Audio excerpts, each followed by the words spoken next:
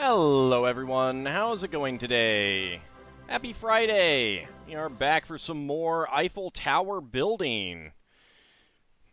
So last time, we still did not get anything put onto the actual base yet. We did get 2 of the legs built.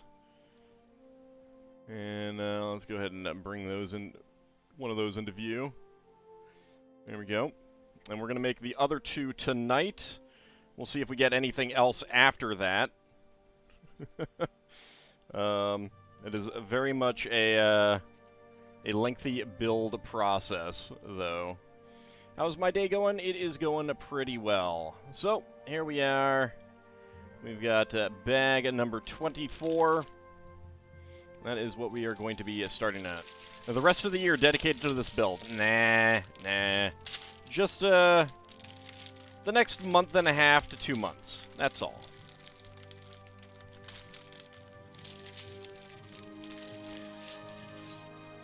I mean, this is, 4th session?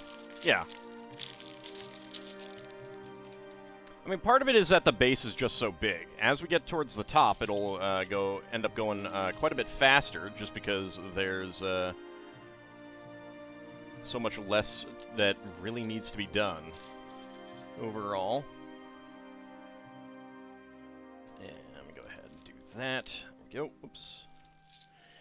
Alright, got some nice long Technic beams, bricks.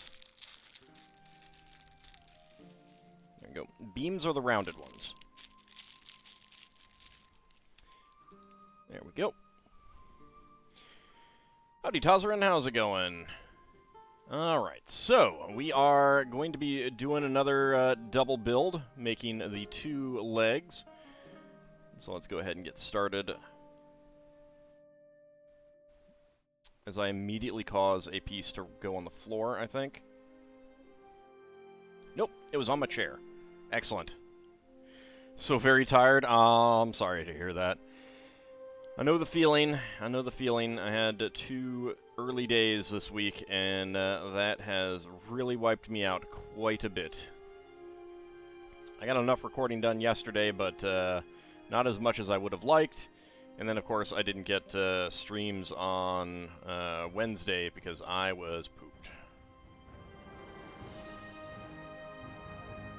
Alright, there we go. We got these 2. And then we get some of our Technic bricks on here.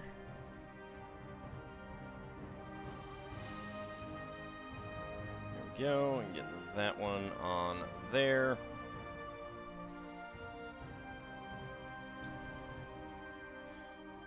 And that one there.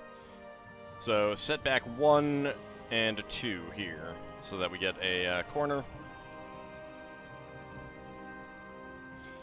Alright, flip them over. And we get our tan 2x3s and 2x6s on.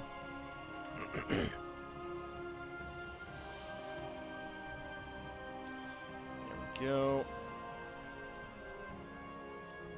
And there we go. Howdy, Ice Oven, how's it going?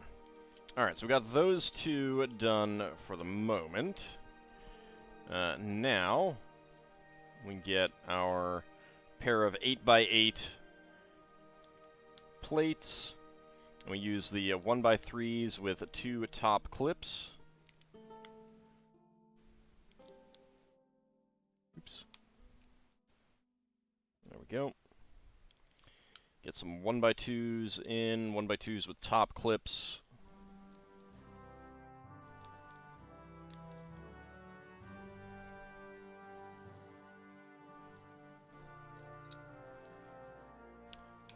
Let's see. Yeah, that is all as expected there. There we go. There's one.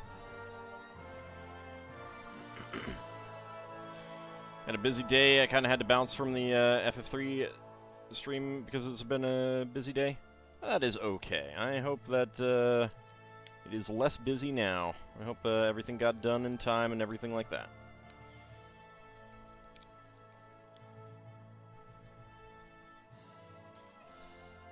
Sad and mad that Pixel Remaster, FF1 Pixel Remaster doesn't have the best leveling gil farming area anymore. Yeah, but, like, you're not gonna need it. You really aren't. Like, going through the game on stream, literally the only problem place is if you get into a fight with Warmech. That is still tough. Everything else is pretty easy. I mean, I will say that that's one kind of good thing about them is that it's just like, you know, the games do feel very easy to just pick up and play a little bit, kind of thing. On the other hand, the games also just feel really easy to pick up and play just a little bit. It's a positive and a negative. Right, get our 1x3 tiles with 2 studs. There we go. Get a red triangle tile and black triangle tiles. I don't think I have any red ones of these.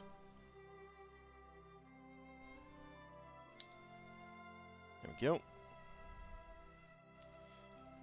I like the red and black look with these. That is, that's pretty nice. Reminds me of something, but I can't recall. I can't remember what right now. Still want to feel more powerful early. Yeah, but you can also just, like, you know, hit the auto fight button and just, like, fight even easy enemies and do it.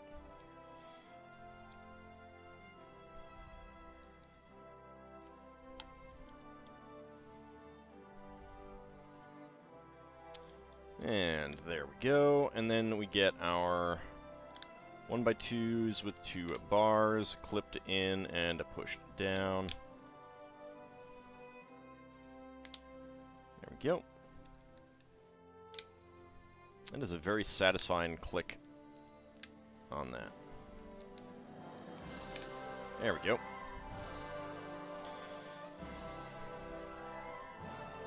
I'm not even sure if I used any ethers.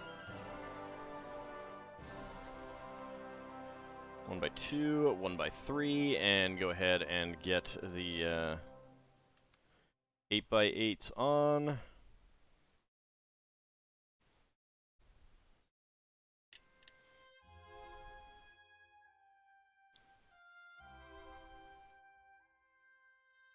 Like, the thing that I wish is that they... I want the original gameplay of all of those games, but with better graphics and sound, and actual bugs fixed. And that's basically it. Like, some of the spells in the original versions of the game were just completely useless. And that is something that would be nice to have fixed. On the other hand, the original version of the game is also pretty easy. That's what you wanted with FF7, look how that worked out. Well, the remake was a remake. It was never going to be that. Like, this is supposed to be a pixel remaster.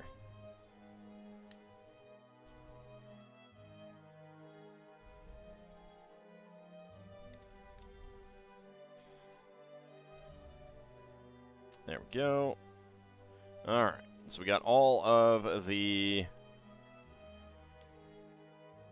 Technic pins in now. Let's actually rotate them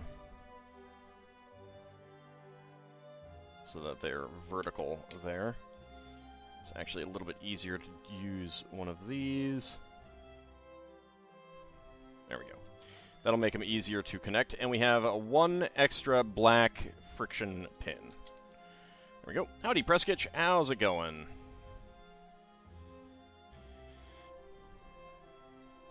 To be fair, some of the spells, even if they weren't bugged, were also useless. They are generally... When they're fixed, they're actually generally pretty good. Obviously, nothing is going to beat your haste and saber combo. Alright, so we got that done. Now, let's go ahead and open up bag number 25. Get started on one of the actual legs, or struts. Howdy, Lord Canis, how's it going? Hey, no, you never need to worry about being late.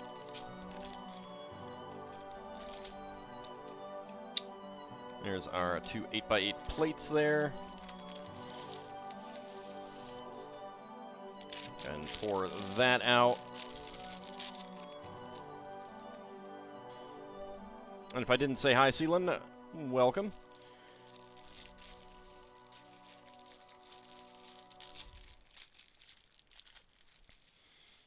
There we go. And there we go.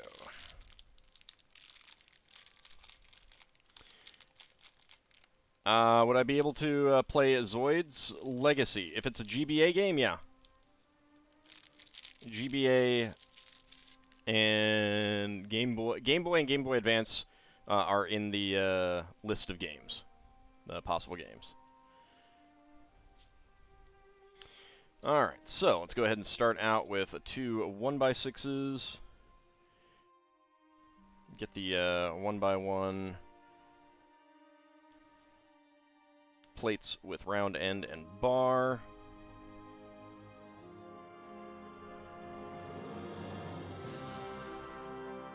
There we go. Alright, now 4 double stacks of 6x6 plates. Howdy, Kinshir, how's it going? Are those two shapes toy guns or electric power mixer whisks? Which pieces are you talking about?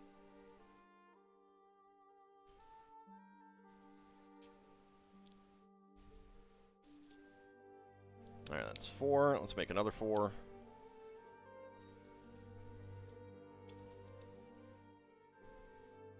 Annoyed by bad game design choices.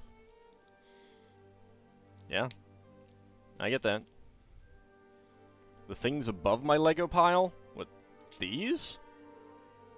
They're parts of the leg struts.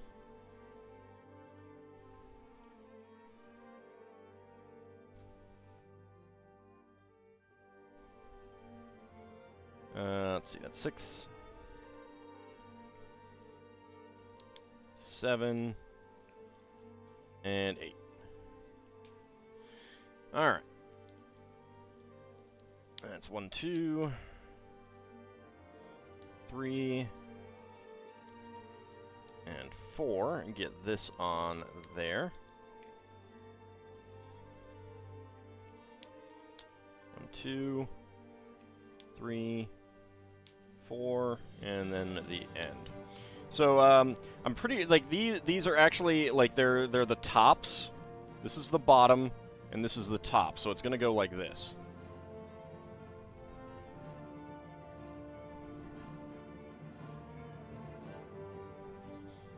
We did 2 of them last time, and we're going to do the next 2 this time. Probably going to be what gets built this time. I'm not sure that there's... we'll see about whether there's time for more.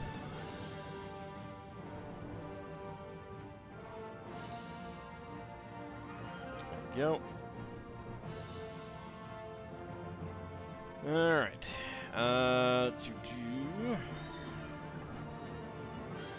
Alright, lots of 1x1s with clips. Simba also says hi. He's sniffing the backs of your hands as you're typing. Aww. Kitty! Alright, so we get 1, and then a space. Do we have 1x1s over here? Alright.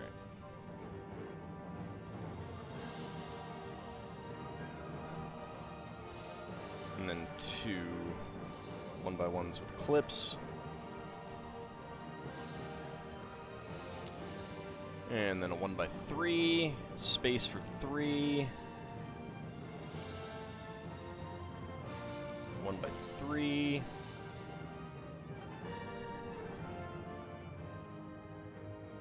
let's see, there's 2 there, alright. And then another 1x3 in here. Yeah, right there. Alright. 1x1 at the very end. Howdy, Elil, how's it going?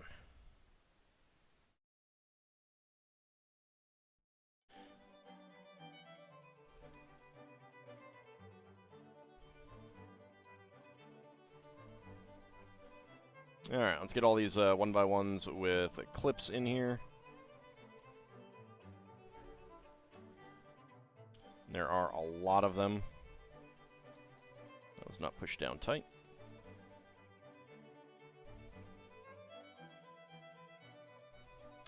Alright, another space for 3 right here.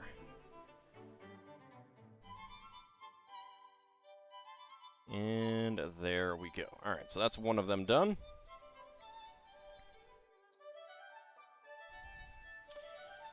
Alright.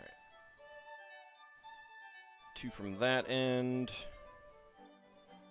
And we have a space for 3. Another space for 3. And get one more. Space for 3. There we go. Alright. 1x2 down here. Alright. 1x1s with clips. Start getting these in. Getting some very unexpected Patreon choices for characters. I mean, that's what happens when you roll.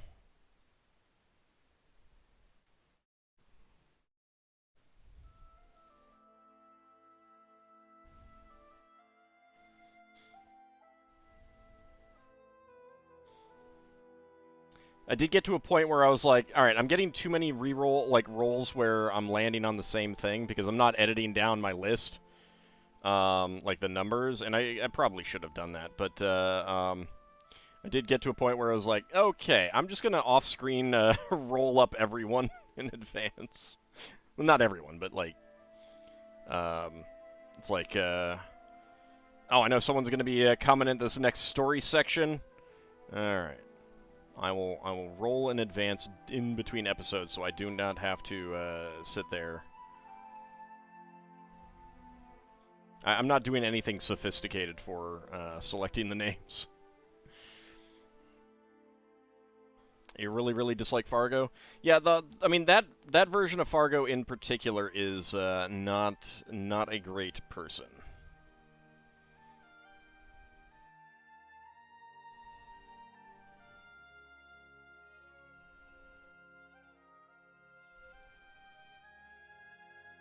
The Otherworld one, on the other hand. There we go.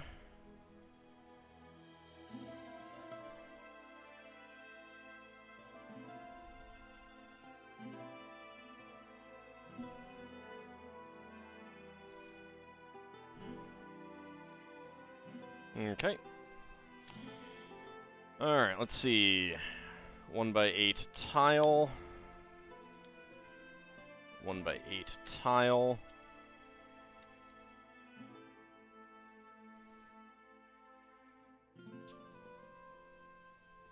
There we go.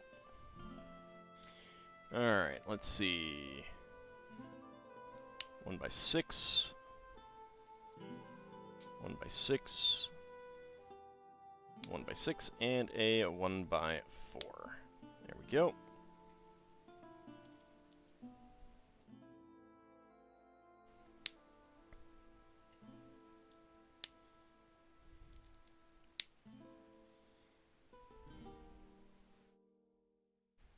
And there we go. Okay.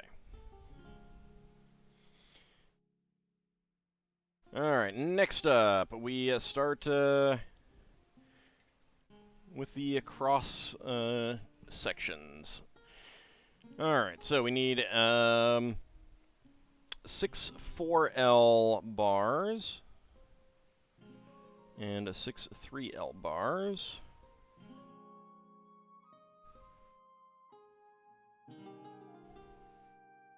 There we go. Now the 4L bars. There we go. Alright. 6 of these cross pieces.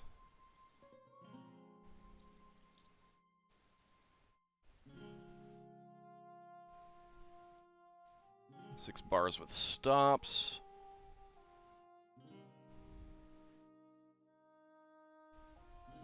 There we go. And then 12 of these. That's 5.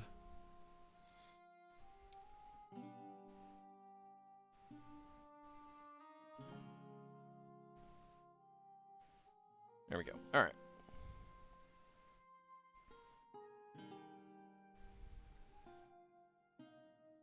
Start combining the parts.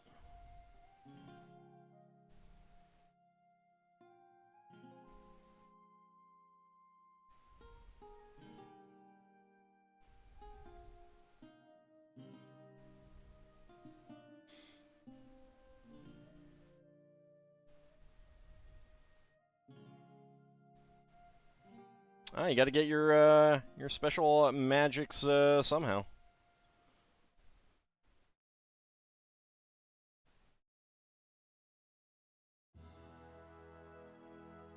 I mean, we're definitely getting to the point in the game where you need to start deploying those because your low-level ones really do nothing. And I kind of need to like go through all of my characters and give them like low-level status effect ones and curing things and stuff like that.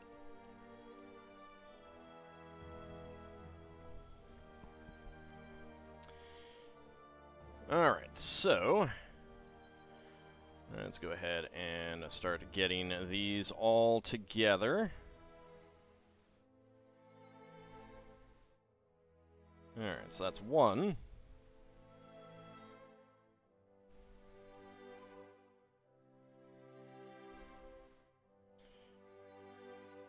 And 2.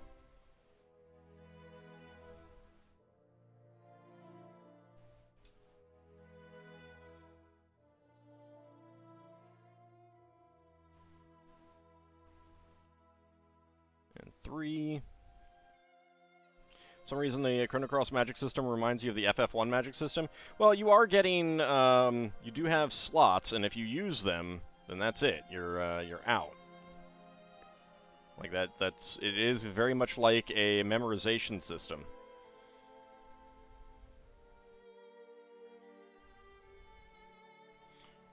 So it is quite Vancian in nature.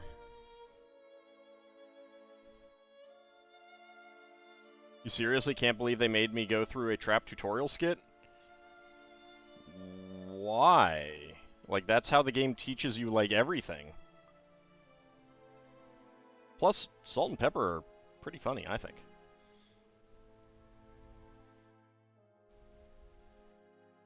I think they did a good job of having fun tutorials that don't feel... Like, the tutorials in FF8, those are like... Oh, God, another tutorial. Oh, I don't want to do this. Tutorials in Chrono Cross, in my opinion, are like, ah, ha, ha, it's these guys again. I mean, that's me. You know, other people are likely to be different, but I do enjoy salt and pepper.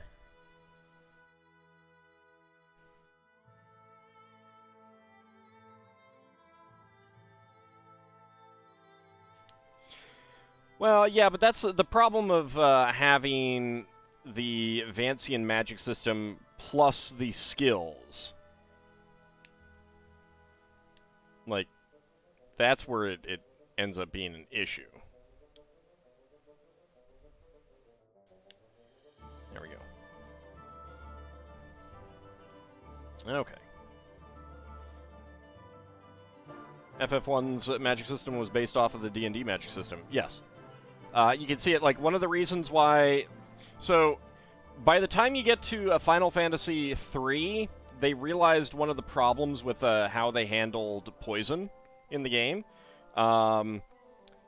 with poison being so. Poisona is a level 1 spell in FF3. In FF1, it's a level 4 spell because that's what it is in D&D.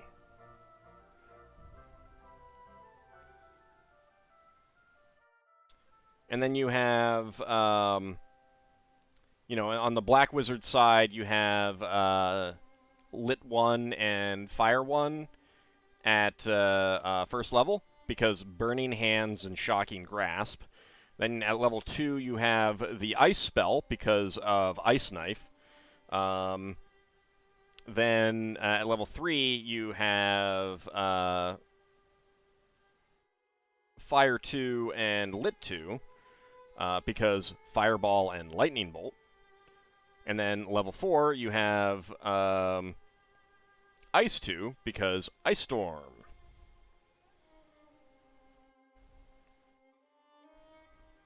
Yeah, it is, but see, like, the nature of poison in D&D is, of course, save or die. So, and no matter, I mean, it's not all save or die, but you have a variety of effects as well. But most of, like, it's usually a one and done kind of thing. That doesn't work with damage over time.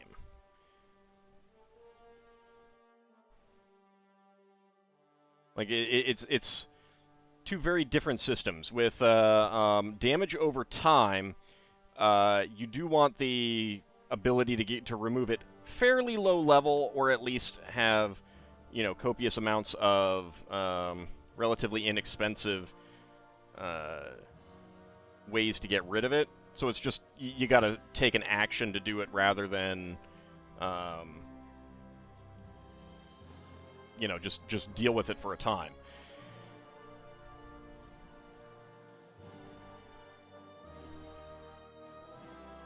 If it wore off after a time, it would be less of an issue with it being such a high-level spell.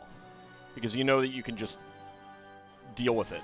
And even, you know, like, that's the thing, is that in Final Fantasy 1, it should have been a lot of damage for a short period of time, and then it makes a level 4 spell make sense. But it's not. It's relatively little damage forever, unless you get rid of it, and thus it should be a low-level spell.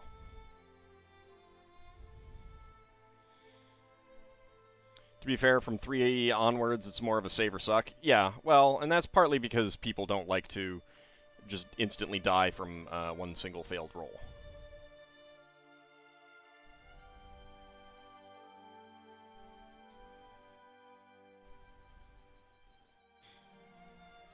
I mean, the gameplay style changed by that point.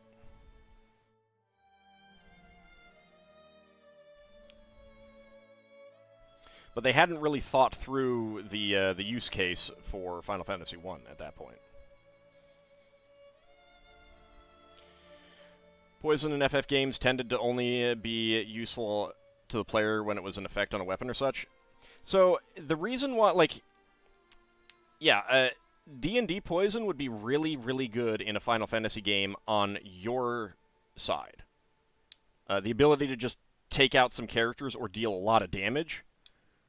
Like some of the non-deadly poisons in 2nd edition D&D are like 20 damage, which can absolutely kill a lot of characters. But it's not just save or die no matter where you are. It's if you're healthy, you know, you'll take a lot of damage, but you'll be okay.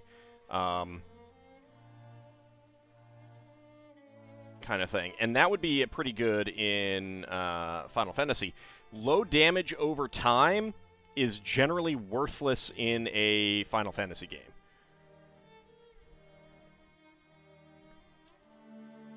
And that's why it's just not something that's oftentimes very good. And like, so you need long fights. So when you're getting to a game, like a fight, some of the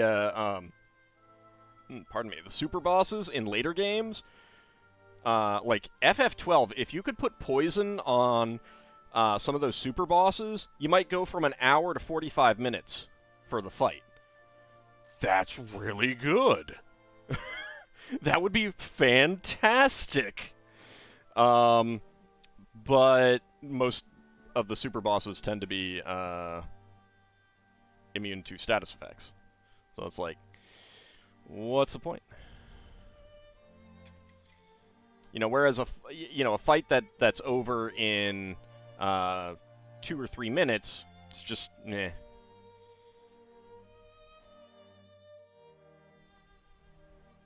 Yeah, I mean that's one of the things that I like about Dragon Quest is that most bosses aren't completely immune to all or most status effects. Most bosses can still be affected by a number of the status effects. Sometimes it's a case of, you just need to figure out which one it is. But some of the bosses you can put them to sleep. Some of them you can, most of them you can decrease their defense or decrease their attack power. That kind of thing. Right, I need to get this in. Got these. 99% of the bosses are immune to everything. Yeah, and that's the problem. Like, and especially if the bosses, that's okay if the boss is only going to take 3 or 4 minutes to fight. That's okay. Because then it's more about you boosting up your characters and being able to get your damage out faster, and thus your boosts to your own characters tend to be more useful. But if the fight is gonna last a really long time, that is when you should not make bosses immune to status effects.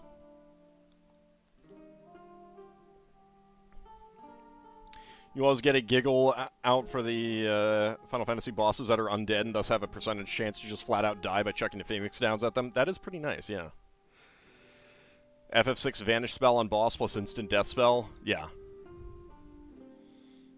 That is a really nice bug. I'm very curious to see if they'll have fixed that in the Pixel Remaster. I imagine so, because I do think that's... I don't think it's a bug per se, so much as unintended, like not working as intended kind of thing, or as a kind of thing. I don't think there's anything wrong with a boss that you can just instantly kill that way. Like, to a certain extent, it's like in the Spelljammer game, when the party encountered an Astro Sphinx. Like, there was one arrow that hit it, and then Laftel succeeded with a petrification, a stone to flesh effect from his Wand of Wonder, and boom, the enemy was now dead. A hard fight, taken out just like that. Perfectly fine with that. I mean, that's a good use of your abilities and your powers and stuff like that.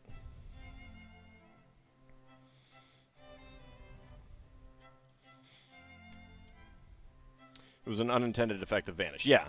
So it's not technically a bug so much as just whoops, we didn't want it to do that. So I do imagine that got changed, which is a shame.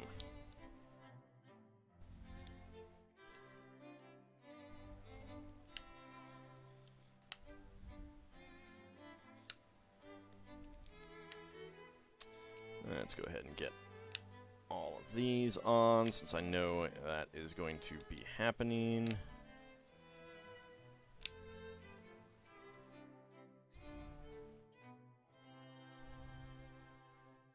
You watched a 5e stream where the party unintendedly cheesed a dragon fight by using the banish spell. Yeah, see, like, that's the thing, is that kind of thing, in my opinion, encourages creative use of spells. It encourages Hail Mary attempts. Like, if you know that casting a hold person on this enemy warrior who's really tough has a low chance of working, but if it does work, you basically won the fight. It can make it worthwhile.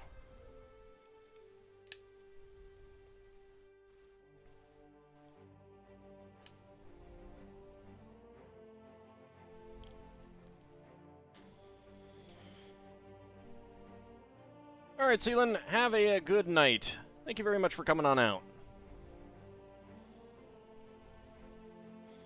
Alright, let's see.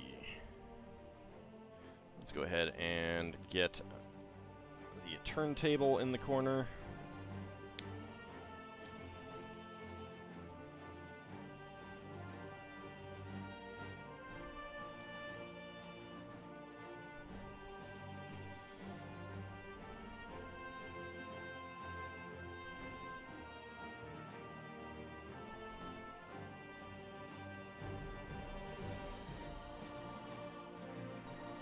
There we go.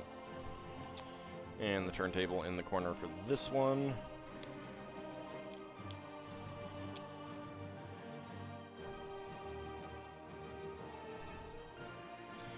Also, game you're in, you choose this demon fight because you had gotten real tired of invisible enemies by that point and bought a Lantern of Revealing.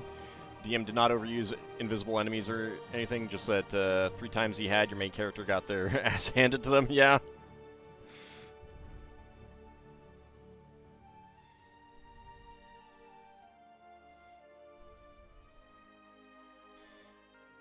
So that's, I mean, it's one reason why when I'm rolling for treasure for my game, I don't have a problem with rolling up high-level spells on some of those scrolls. I mean,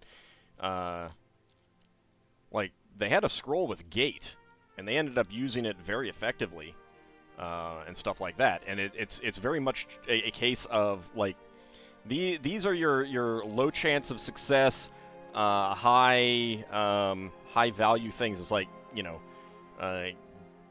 get your butt out of a fire type of effects, and it's very good. It's very good to have that kind of thing, I think.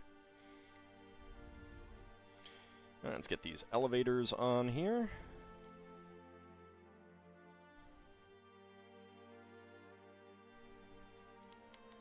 There we go. This is a fun example of an in-game choice made for a character reason getting vindicated. Yeah, yeah. The elevators of the Eiffel Tower are greased every day with beef fat. Why beef fat? It seems weird. Alright, so the opposite ones.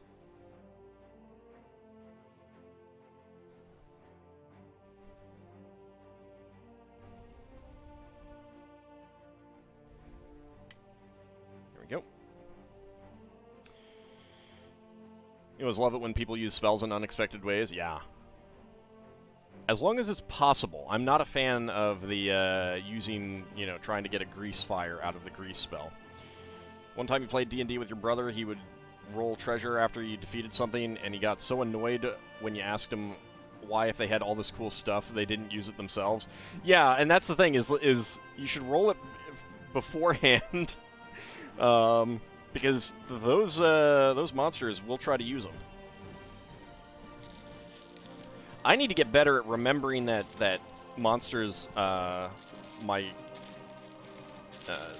players are facing have potions. That's one of the things that I oftentimes forget.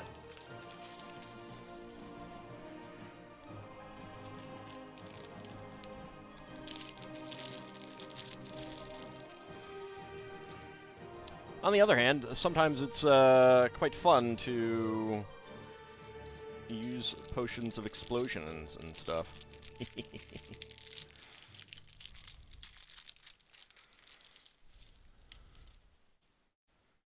There we go.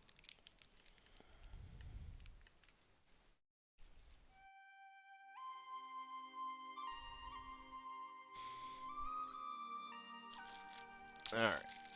And let's get all of these poured out.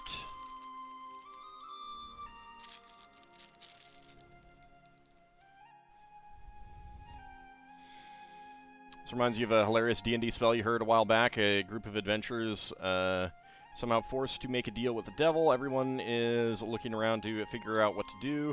Fighter goes up to the devil and asks, can I have a minute to think? A minute goes by, and the devil comes back to him and asks him what he wants. Fighter looks back quizzically and says, you already gave me a minute to think.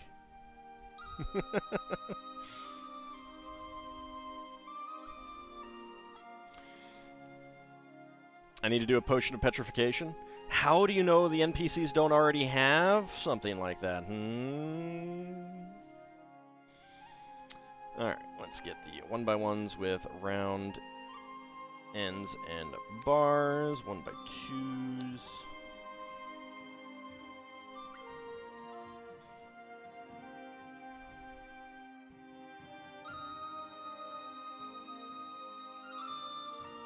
That's the fun thing about cursed items, is you can't tell until you try it. There's 1, 2, 3, 4, 5, and 6. Same game, you had some long-term problems with a hag who got her jolly selling meat pies loaded with polymorph spells.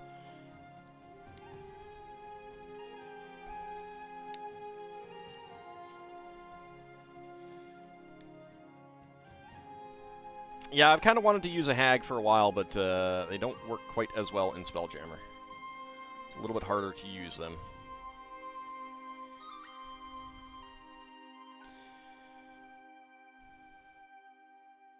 Let's see. Oops. I did that a little bit wrong. There we go. And a black 1x1 with horizontal clip there.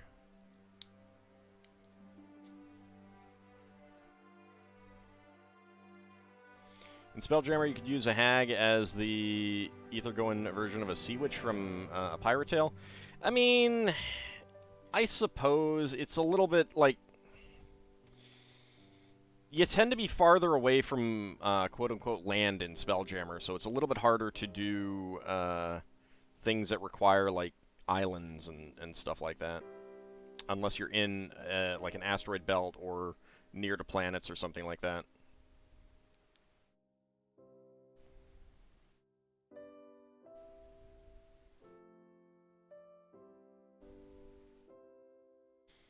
There we go, get those on. And get that on. Just make best space grandma. She'll bake cookies for everyone, be the supportive shoulder. Help them tear out the heart of the cheating gnome jerk, Chatium Fizzmuddle.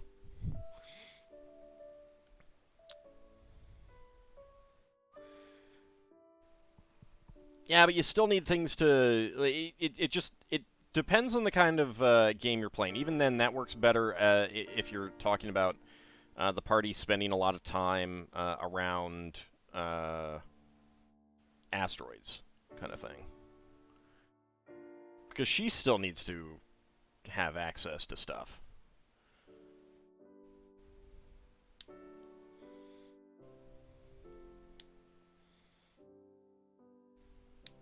I do enjoy how much Laftel has a vendetta against a certain very friendly dragon who helped out the party and helped herself to some of the party's things that they weren't using.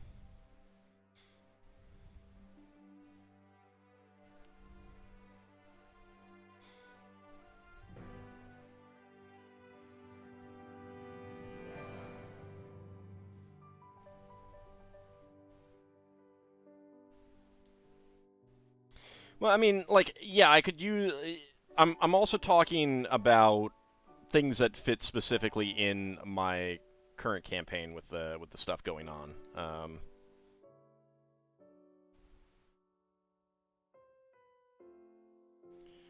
And I mean, there's certainly some things that I have done that I used a different creature where a hag could have served well as well. So I mean, that's that's kind of the something as well. But at the same time, there's nothing wrong with saving monsters for other kinds of campaigns.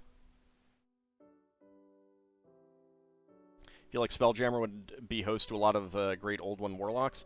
Well, if you're playing a spelljamming campaign with, I mean, the thing is like, great old ones from the far reaches of space work better when you can't actually get out to the far reaches of space. In my opinion.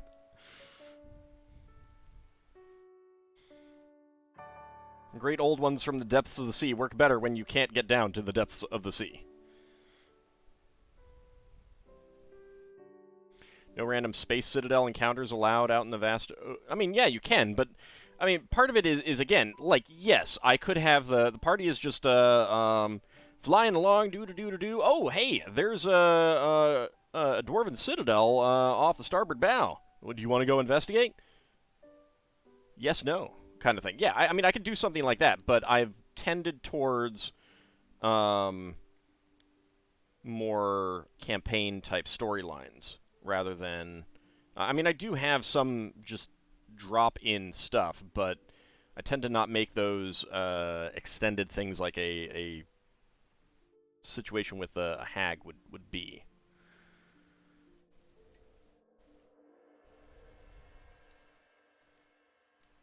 Technically, the great old ones of the far reaches of the sea would be fathomless warlock patrons.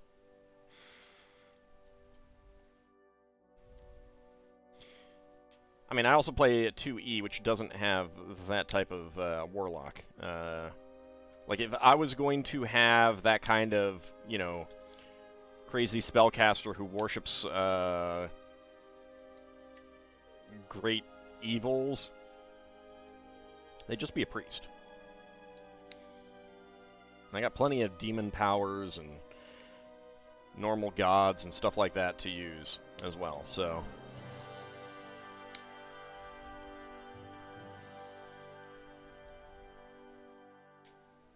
Doing a short break from the plot mini-stories can be fun. Yeah, it depends on how long it is, though. And I usually have the short... I mean, like, I don't have an overarching plot in my campaign. Like, they haven't been doing a... oh, gotta hunt down the great evil kind of thing. Let's see. So we are using 3 L bars.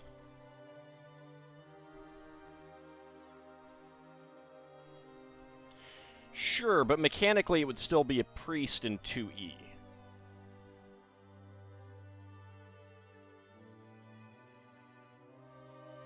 Like you can have faith in a entity that you don't truly worship, and that's how you get your magical powers kind of thing.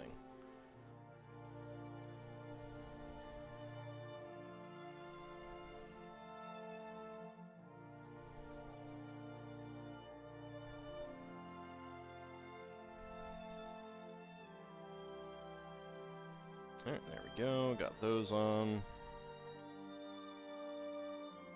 Like, in my mind, I have trouble figuring out what the idea is behind a warlock and why it isn't a priest in the context of D&D mechanics. Why does it need its own thing, kind of thing? In my mind, it doesn't.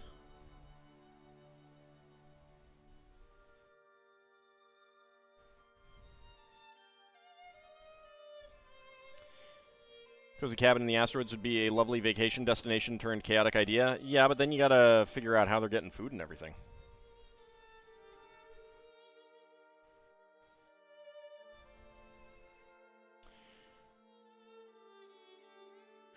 Right, but, like, mechanically, why does there have to be a difference? That's what I'm getting at. Like, because and it's most important to figure this out in Spelljammer, because of the phlogiston. If you go into the phlogiston and you lose access to the planes, what happens to your power?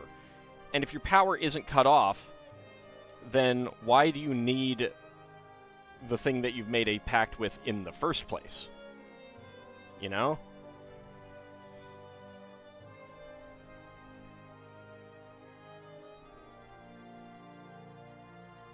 If the entity is just teaching you things, then the only risk is that they're going to come after you, kind of thing. Which is fine, but then there's still a standard wizard.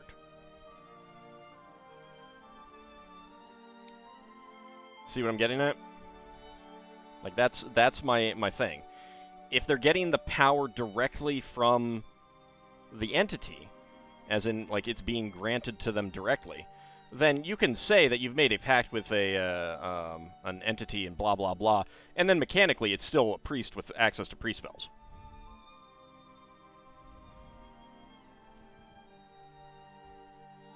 That's kind of, like, see, that's my issue with a proliferation of classes.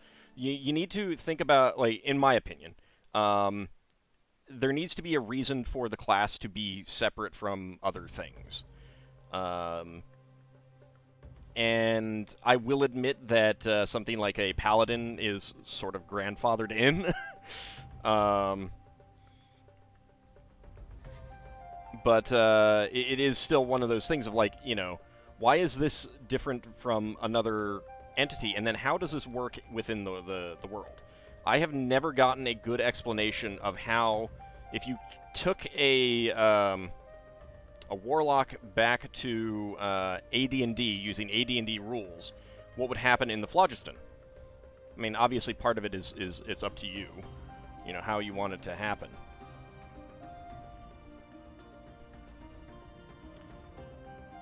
But if you're using the phlogiston in 5e even, then you need to figure that out. And you should be consistent.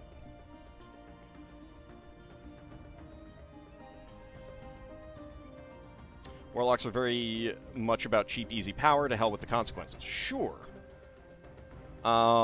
Mind you, I've also had issues with the types of entities that you can get the power from. I don't like the idea of just being able to get this power from a dragon kind of thing, a standard dragon, even if it's a great worm. That to me, is like... This should be the province of powerful, unique entities that have transcended being just a dragon, just a powerful demon, that kind of thing.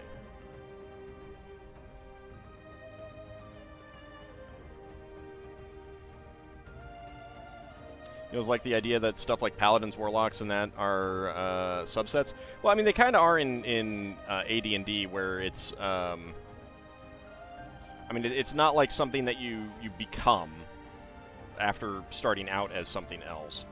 But paladins are a subset of warrior, which is the group that includes fighters as well. The Pathfinder Witch is granted power via the Familiar they obtain, so that class is covered. Alright, so where does the Familiar get the power, then?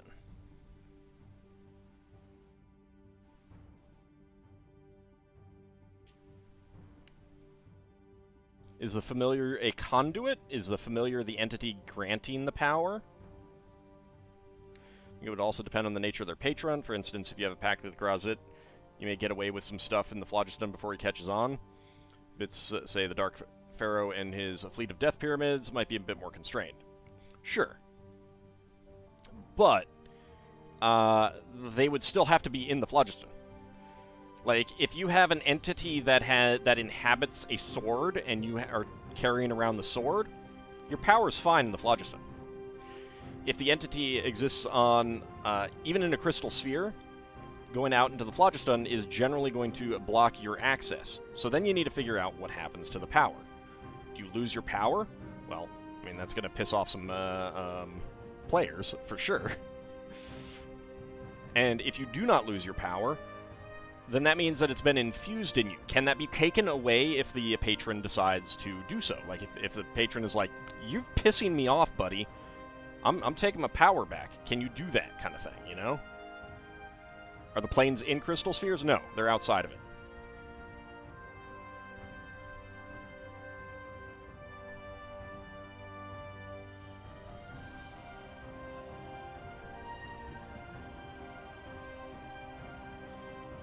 But my problem with getting power from a weapon is also, like, what is in that weapon that is allowing that weapon to grant the power and stuff like that?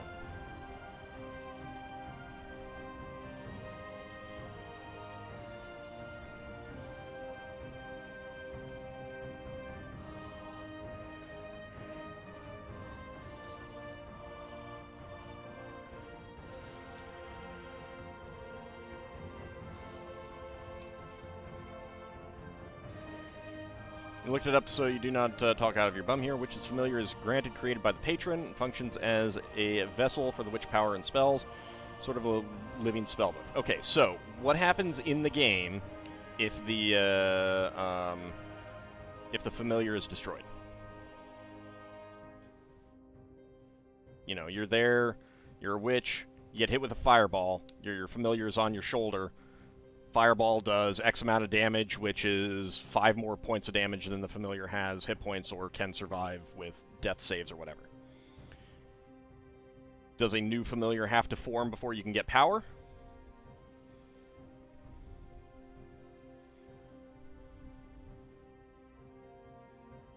Cannot regain spells until she acquires a new familiar via the ritual. Okay, so then... yeah, so carrying that familiar with you would definitely allow you to regain access in the flow, provided that the... Well, let's see. Again, is the familiar a conduit? Or does the familiar itself actually contain that power? I'm trying to think of a way that would be a good... example. Like, is there anything that would allow, like, if you're up against a witch with one of these familiars, is there anything that you can do to block them gaining or using their powers without destroying the familiar?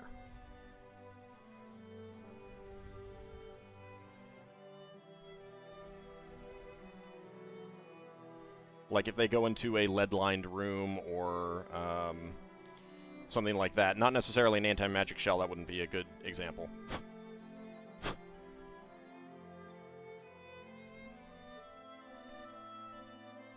So sorcerers would be fine in the phlogiston. That's well, since if they're getting the power from themselves, then yes. I mean, sorcerers are generally mechanically a wizard that uses wizard spells, standard wizard spells, but has a limited selection, doesn't need to memorize them, uses like spell points essentially. So yeah, they'd be fine.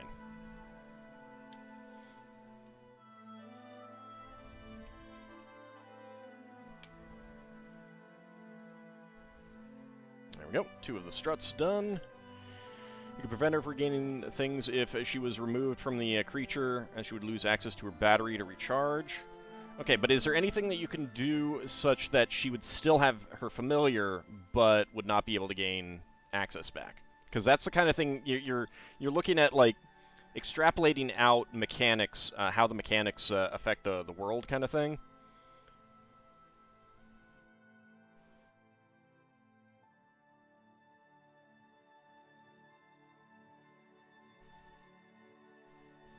Like, is there a spell that you can cast on the familiar that would temporarily block its access or something like that?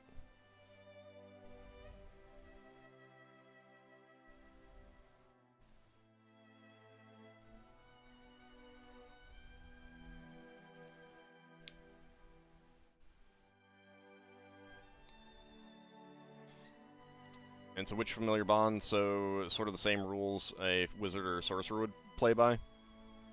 You mean with familiars?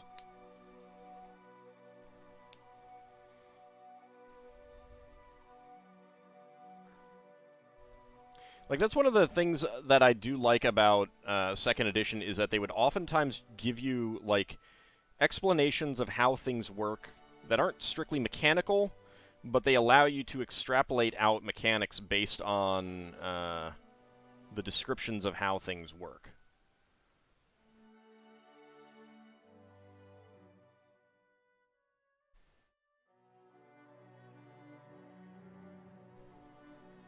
Like the early 1E material, priests get their 1st and 2nd level spells by prayer, by faith alone, and like that's the power of their spells, which does mean that imprisoned deities and false deities can still have priests that gain access to level 1 and 2 spells, and that's how you know that, that's how you extrapolate out that a priest in the Phlogiston can still gain 1st and 2nd level spells.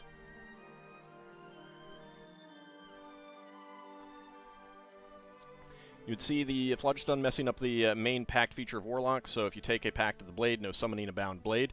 Yeah, if it's summoning it from somewhere else, then that would also that would be prevented.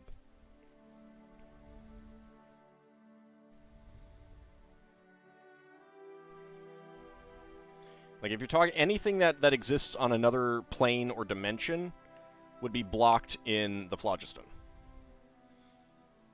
So, like, if there's an entity and you've made a pact with them and you get your power directly from them and they exist in a pocket dimension, then you wouldn't have access to them in the Phlogiston.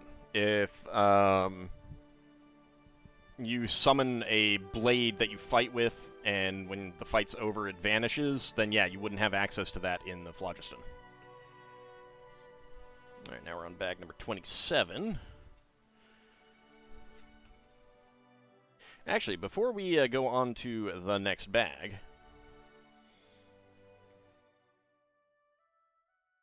Alright, let me put those back there. I see that it is about time for minifigs. I do enjoy having conversations like this. I really like the like extrapolating out how things work in D&D. It's one of the things that I enjoy a lot. So, like, if this is described this way and this is described this way, how do these interact in this situation, kind of thing. Alright, so we are going for...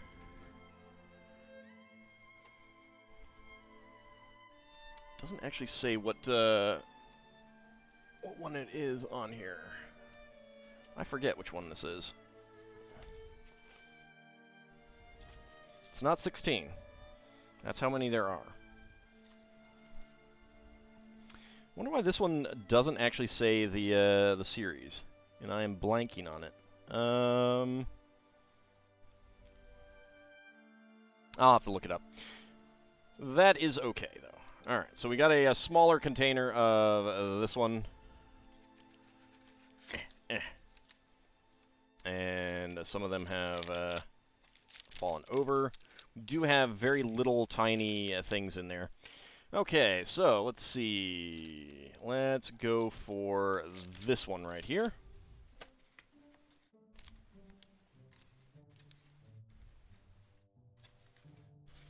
Yeah. It is hard to open and close. Alright, let's start a prediction. Can Ald guess what is inside the minifig pack? Let's go. Alright, so we have gotten a few of these already. I'm not sure if it was from this box or the other one, but this box is smaller, so I am going to be using this for now. So we have gotten the robot programmer lady. We have gotten the dog walker. We have gotten the pizza costume guy. We have gotten the gardener lady. And we have gotten the rugby player. So we'll see what we get with that. Only problem you have with Divine Soul Sorcerers is limited spells I can learn. So I don't know enough about the different types of casters and stuff like that. And it's one of the reasons why, like, I prefer all of that stuff being more in the realm of fluff. Like, if someone was like, I would like to be a, I want to have a deal with an external entity that grants me power. I'd be like, okay, you're going to be a priest of some kind. But, the mechanics don't have to, dictate necessarily what the fluff of the character is. LEGO Series 19, thank you very much. I think they were trying some things on what to number, they had the one with the unknown fig, they had the one with the Mr. Gold and stuff like that. I think they're just trying some different things here and there, see if it adds to the sales or anything. Divine Soul usually have some sort of deity or angel in your bloodline. One of your ancestors had happy snuggle times with either a celestial or a fiend. So why are you not just an Aasimar? Why is it or a tiefling? Anyway, alright. That is... predictions are closed. Let's go ahead and see what we get. Go ahead and get my timer up. Alright. And... go. Alright, what do we got? Legs, arm... That's a base plate. Okay, we got something big here. Okay. Ooh, a 1981. I believe that we have another programmer lady. I think I felt her hair. Blood could be too watered down for the horn's angelic radiance.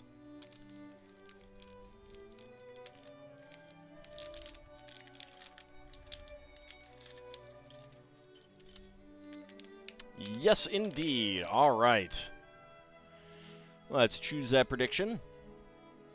Within 20 seconds, complete the prediction. And let's see. Kinshir and Bahamut getting the hams. Very nice. Only about 25% increase, though. Lord Canis going for 20 to 50. Preskitch going for 50 to 60. And Lel Bunny going for no. Magic be whack. That's true.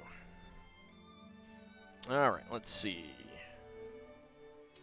The instruction for the little drone droid thingy. Yeah. There we go. Nice pair of dark blue 1x2 plates with round ends, and another one of these gun elements with lots of things. Little face on the front. It's kind of a kitty cat face.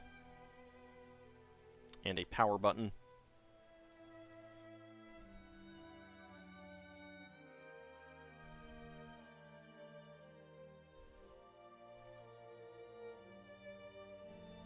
There we go. And I really like that this hairpiece. It is really nice.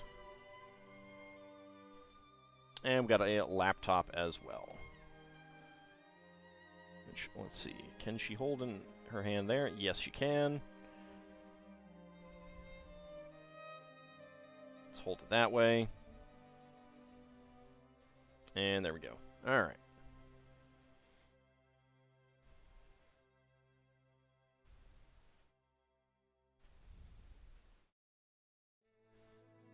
There we go. We got our roboticist lady. Come on. Focus. Focus. Alright, let me take off the laptop.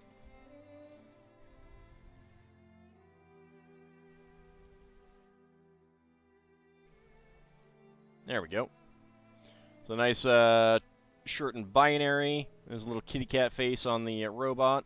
I really do like this hairpiece. It's really nice. And we got a laptop that does fold up. Just like that. I also like the kind of the flannel wrapped around her waist. That's always nice as well.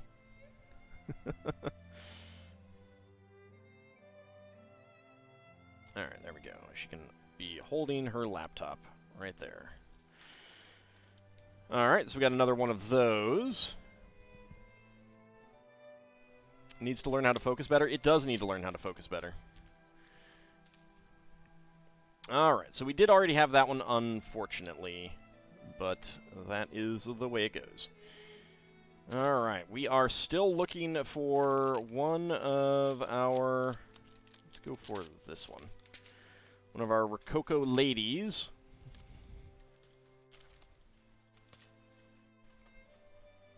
Put that down there. Get out the sheet for Series 24. And start a new prediction. Can Ald guess what is inside the minifig pack? Let's go. What does the shirt say? Heck if I know. I think your favorite class in various editions that you've played has to go to Pathfinder again, specifically the class Alchemist. It was one that actually does some things that the base ones do not really cover that much.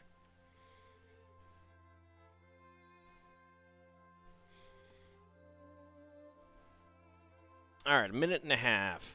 So, we have gotten everything except for the Rococo lady. We are completely out of dinosaurs, dinosaur fans, referee ladies, robot aliens, robot assassins, brown classic spacemen with space babies, conservationists, newsies. I think there's one more girl with rocking horse. I think there's one more orc in there, one more potter, two more carrot guys, right, and one more falconer. I think that's what we've got left. You always love the sorcerer in D&D.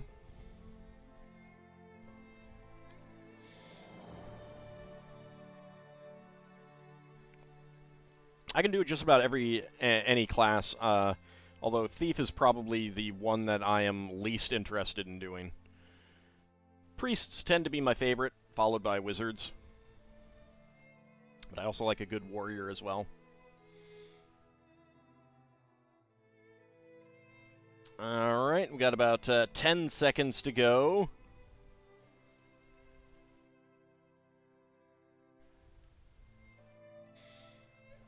Alright, just about closed. There we go. Alright.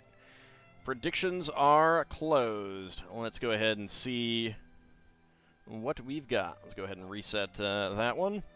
And go. Is it going to be Pepper Girl?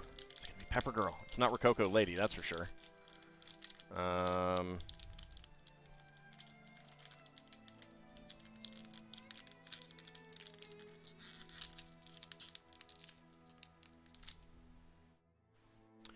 Okay, 17.08. Pretty sure it's a newsie. I thought we got them all.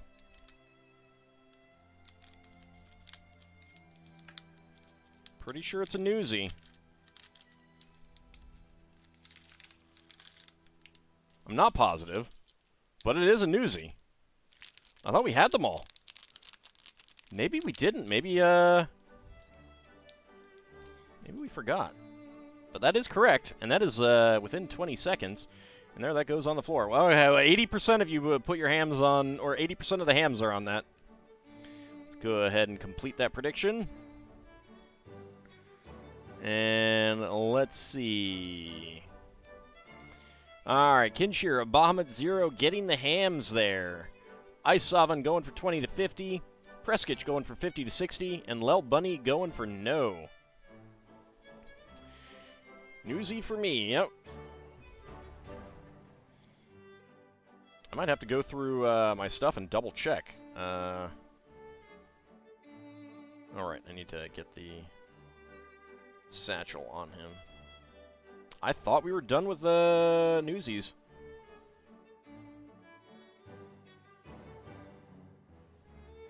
Extra, extra, read all about it. All was mistaken, thought we were out of Newsies. But we weren't. I was still there. Extra, extra, read all about it. I wasn't a pepper girl. Extra, extra, read all about it.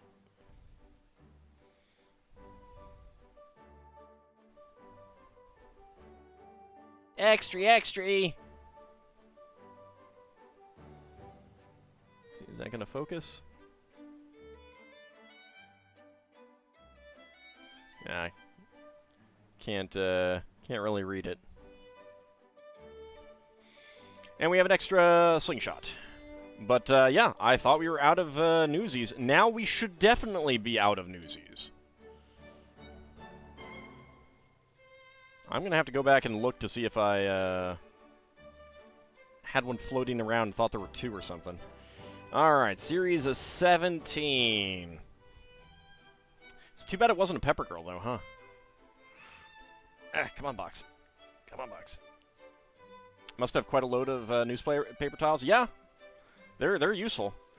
I mean, some of them have been around for a while. Not that one, though. Let's see. Let's go for this one right here.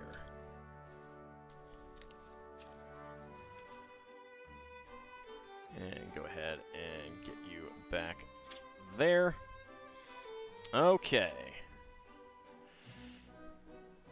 Start a prediction. And go. Can I guess what is inside the minifig pack? So, we have not gotten the Surfer, we have not gotten the Yuppie, and we have not gotten the 80s Exercise Lady. So go ahead and get your predictions in. We'll see what we get.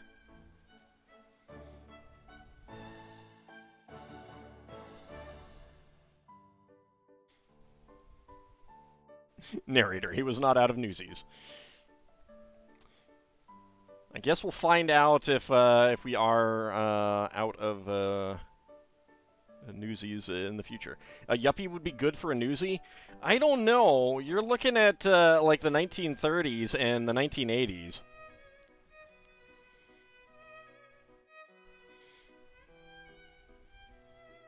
Voting all hams. I mean, that's how you guarantee success, right? Results not guaranteed.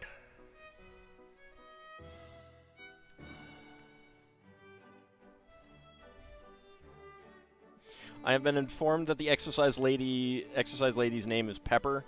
So if I get her, then it is Pepper Girl. It's never backfired on you before? Yeah, there you go. Yuppie looks to buy a paper, and then the programmer lady is like, dude, just read the news sites on your phone. On your giant honking phone that probably can't get the internet.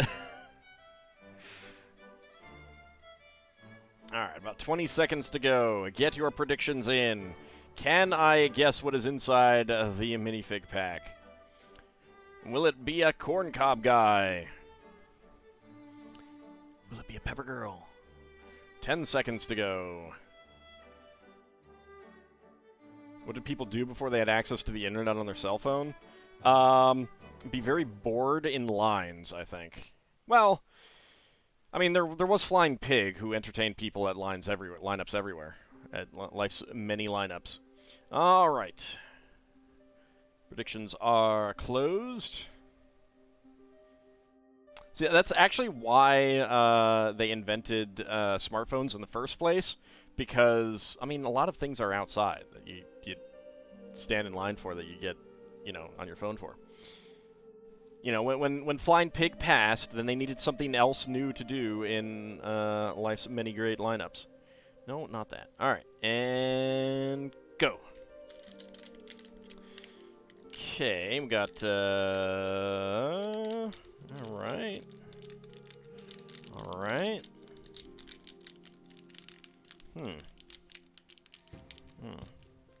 Okay. Yep, I was pretty sure I had it at about 6 seconds, and I just wanted to verify it.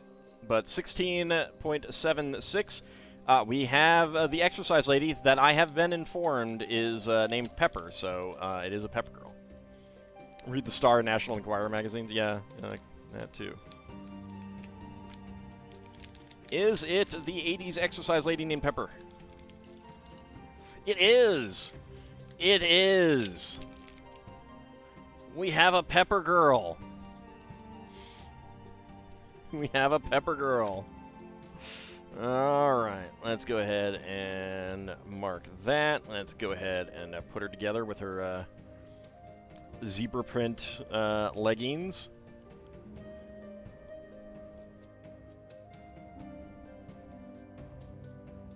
That is a great outfit. Only one face. That is great hair, too. That is big hair. Talk about big hair. Interesting. Oh, no, okay. So I thought this was going to be green, because I was looking at the color on the hand, and the rest of it didn't really look that different. But it's light blue, trans light blue. Is it as big as Marge's hair in The Simpsons? No, it is not. And I actually have a Lego Marge Simpson to compare it to. All right, let's choose the prediction. That is within 20 seconds again. Complete that prediction. And let's see. Kinshir and Bahamut Zero getting the hams again. Isov and Lord Canis going for 20 to 50. Preskich going for 50 to 60. And Lel Bunny once again going for no.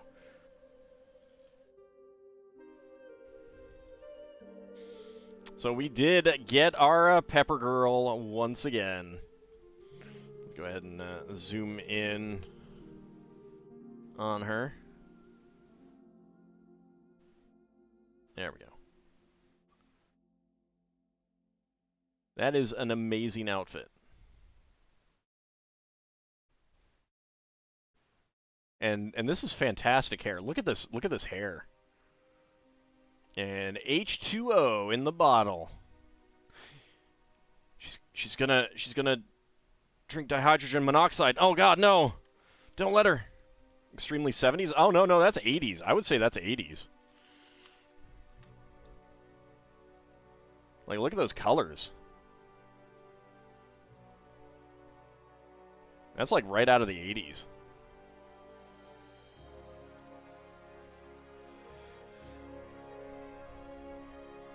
She's a dance instructor? Exercise lady.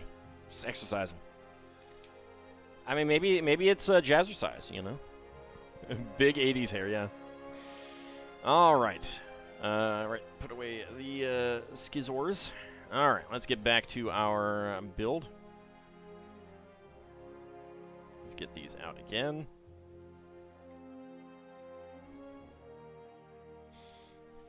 Good thing you don't remember the 80s. Oh, the 80s were great. They had the best music.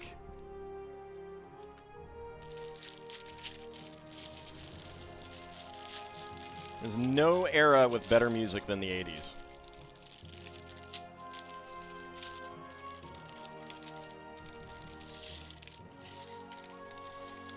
And pour out all of those plates.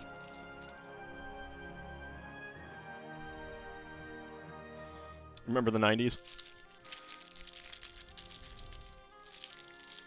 60s to 80s era had some rapid and flowing shifts in fashions. Yeah. That is true.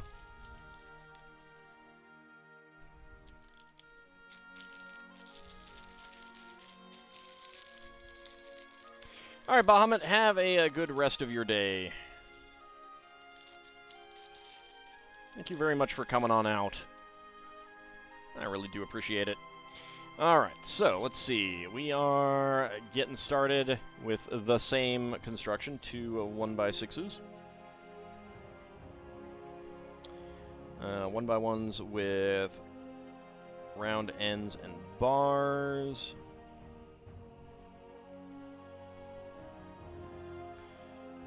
And 1x2s. There we go.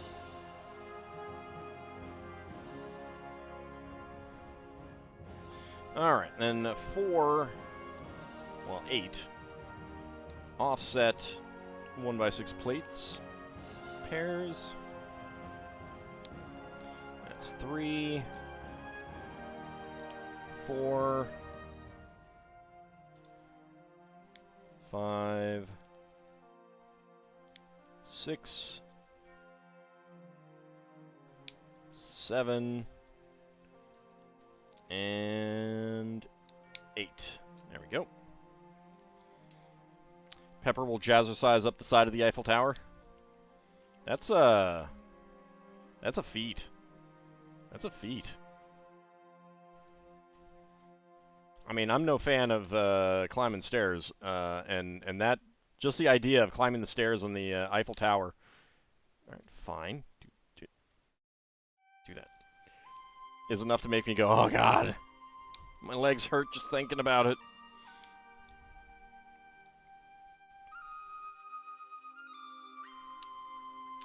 There we go. Got our 2 beams. Alright, the 1x1s with bars. There's one. Where's the other one? There's the other one.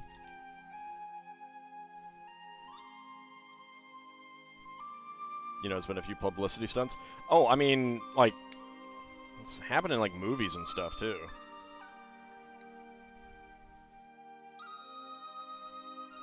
Like, I think one section of A View to a Kill takes place on there.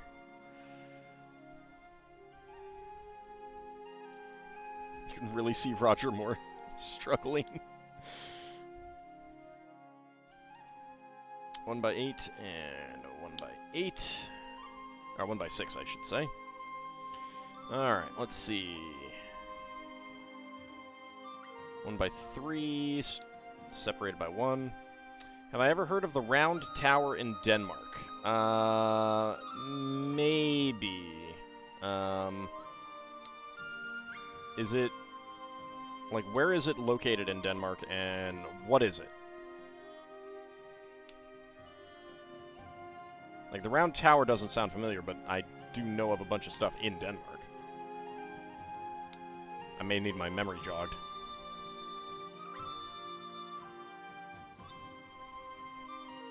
It's the highest point in Denmark?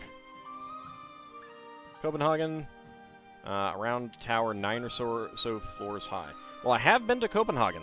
I don't think that I did anything there. Is it medieval, or is it, like, modern era? Alright, let me take a look at that. Yeah, I didn't do anything medieval in Copenhagen, unfortunately. I went to Tivoli Gardens, though.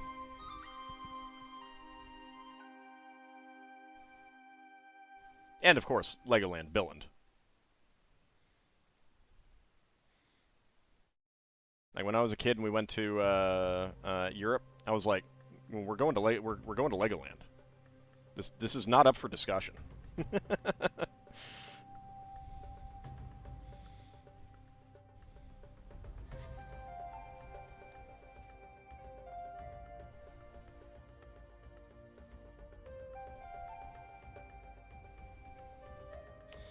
Reason you got to think of it is that I mentioned stairs, and in a way going up this one is worse because it does not have stairs. It is one continuous, fairly steep ramp.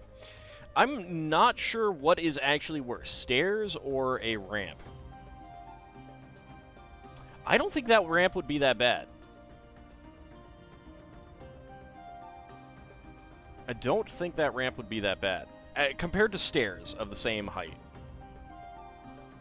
Ald was a child that would have been much disappointed if he had your parents. Possibly. Possibly.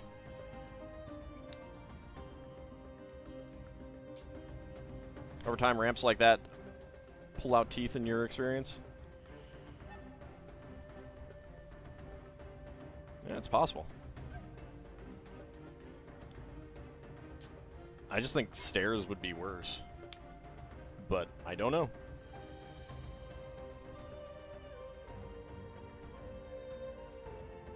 Going down it would be a lot easier, I think. Alright, 1x1s with clips. Let's get these in.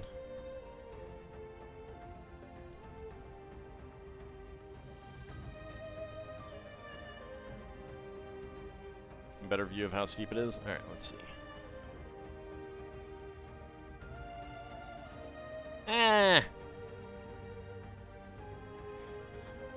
See, the steepness is also worse at the inside rather than the outside, so you just stay on the outside.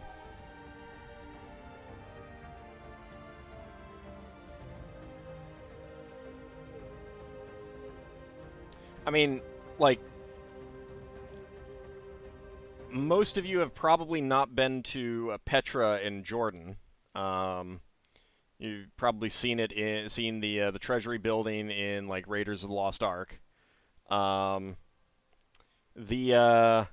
way to get to Petra proper from the modern town and the visitor center and everything, you basically go down a long valley, and then it's not too bad going down. Getting back, oh my God, that was a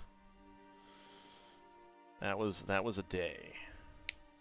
And then when you're in Petra itself, the ancient city, you can visit some of the stuff, but you go to the main road of the ancient Roman road, and there's a place where you can go to one of the temples, and you climb upstairs, and the stairs are about 2 stories high, ancient stone stairs, pretty steep as well, and it's a thing. It's like, people did this all the time back then. Oh my God. You've been to Petra in your heart, and that's totally valid and good enough, Disney tells you. Good old Nabateans, yep. Well, some of that was Roman. But, yeah. Yeah, it's pretty cool. I would highly recommend visiting Petra.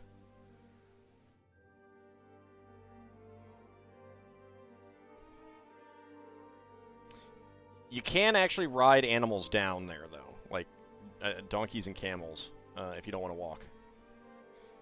Which maybe I should have done. I don't know. Only been to the Petra and the Civilization games. Fair enough.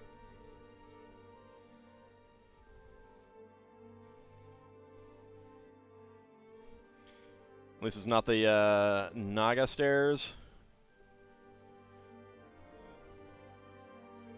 No, it's not that. And the valley is not that steep either. I mean, it is steep in some places, but it's also, like, it's a lot longer than that. It's a little bit windy. And then you get to a nice part where, I mean, the biggest problem is that part of it is very much out in the sun, and even in January. Oh, God. It's a lot of sun. But I would still recommend going in January. The sun may make you sweat, but at least it's still 60 degrees out.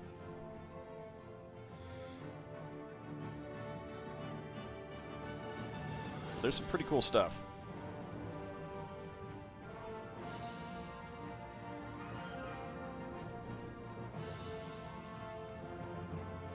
I could repost some pictures on Discord.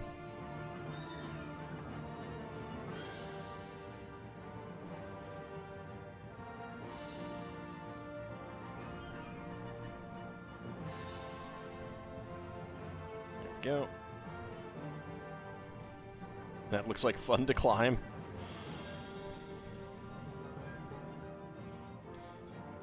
I would say that you're probably in better shape than me then, sir.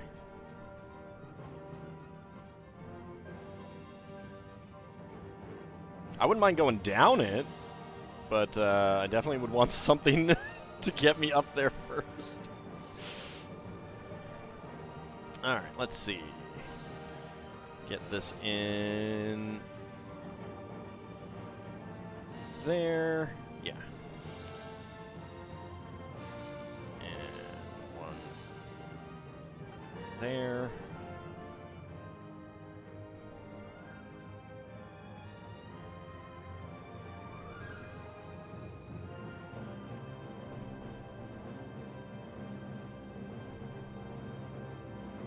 And there we go. Okay, next up we got the next two cross beams to do.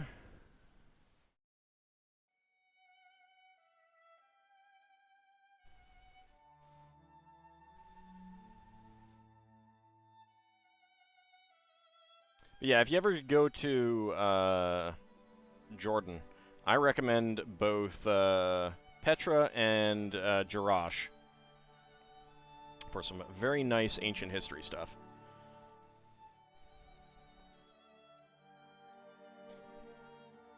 Highly recommend both of them. I did the wrong things here, didn't... No, I did the right ones there. Alright. And Jordan for green apple soda. Heck yeah. Why does Fanta market green apple there and not here, huh? Someone answer me that. I just want green apple soda. Is that so wrong, Fanta? Actually, I'm not sure now that I think about it if I got it in Jordan. I definitely got it in Egypt.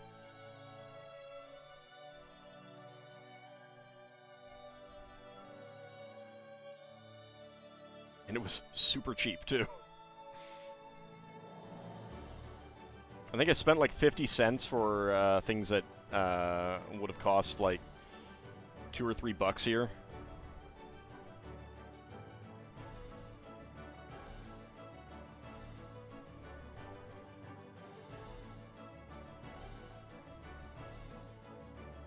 Yeah, green apple Fanta, so good.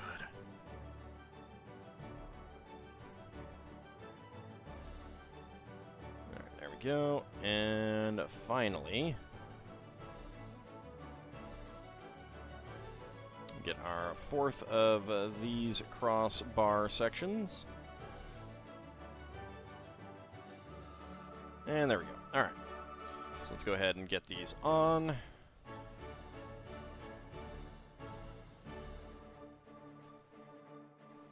There's one.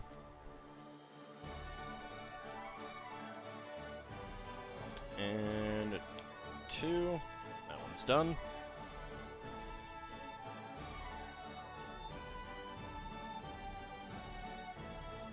That is one and two. There we go. Alright. Next up, we do have some extra pieces. There we go. Alright, use our dark gray candles.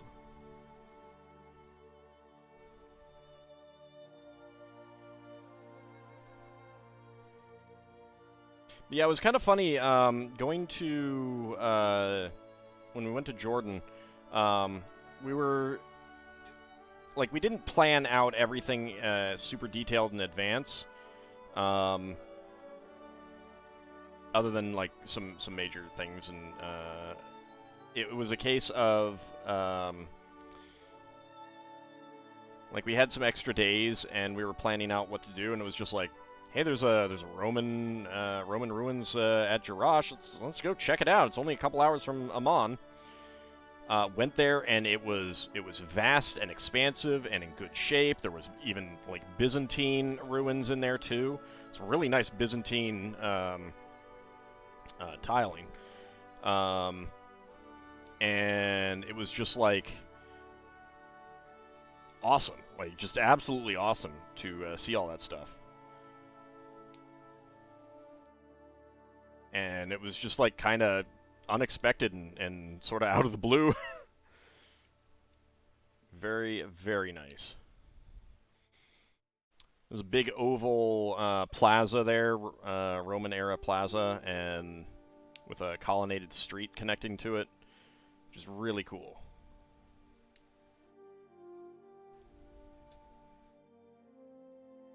Big Temple of Jupiter on a hill. A hippodrome. Alright, let's go ahead and connect these on, get that turned that way, turned that way. There we go. Okay, first up.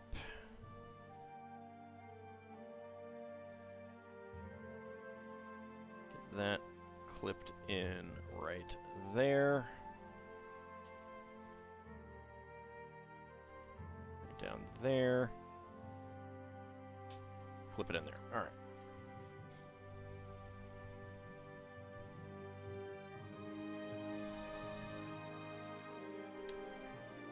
That there. Bring it down. And there we go. All right, so extra pieces. We got a 3L bar, 2L bar with stop, and a 1x1 plate, all in dark gray. Very nice. And then bag number 28.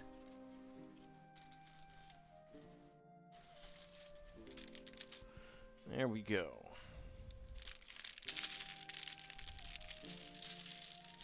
All right, Kinshir, have a good night. Thank you very much for coming on out.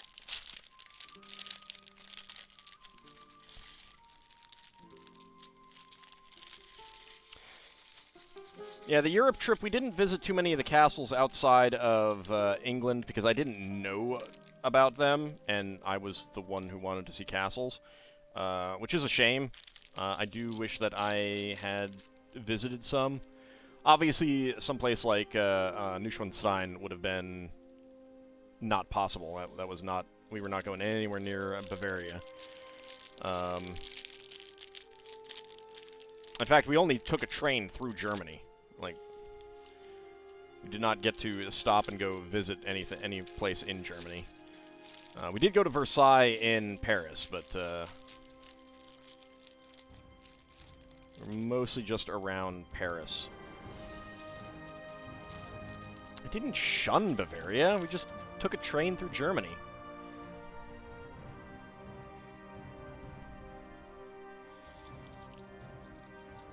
Geez, that must have been like right around the time of unification, like right after unification too.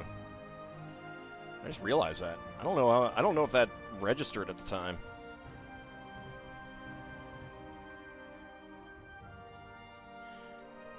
Maybe a bit before.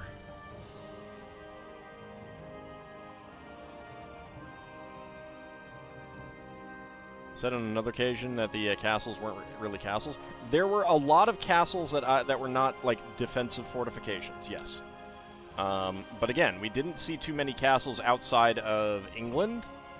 So I was talking about some of the English castles, but we definitely went to a lot of defensive castles because that's what I wanted to see. Conwy Castle was brilliant. Bodiam Castle was fantastic. Went to Caernarfon, Caerphilly, Beaumarais, Rochester Castle, Tintagel, even though there really aren't any fortifications there anymore.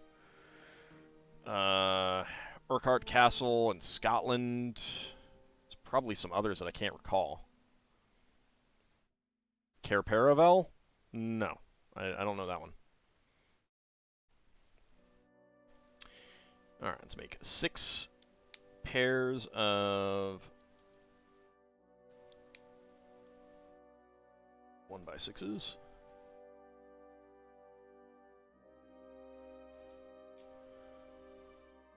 I mean, if you're on a trip someplace and someone wants, you know, and you're not trying to at least be equitable in where you're going for everyone there, that's kind of rude.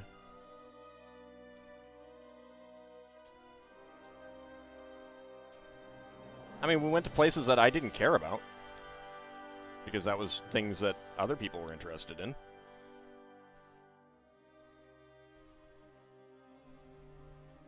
And of course, we went to places like Roman ruins in England that basically everyone wanted to see. Bath and Hadrian's Wall, Chester.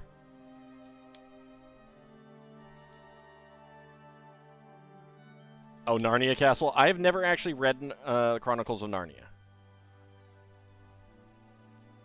I suspected it wasn't real. But I wasn't sure. I wasn't gonna assume. Hey, I got some chopsticks here. None at all? None what? I'm sorry? Oh, Chronicles of Narnia? No, I haven't read any of Narnia.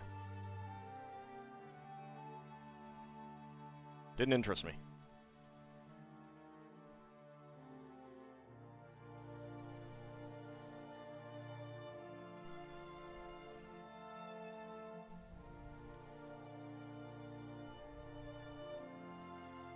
And where's 1x1 with bar? There it is.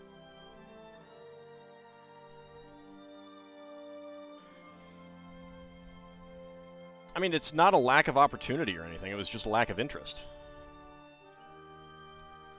What? Not real? You've never gone to another world through your closet? You got me. I have, but it wasn't Narnia. It was Blarnea. Everything was made of Blarney stones. You were required to kiss them all, and let me tell you, it's you do not want to kiss that many stones that other people have kissed. I actually have a great picture of my dad just about to kiss a Blarney stone.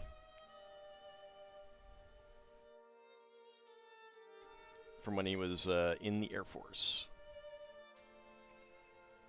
In the 60s.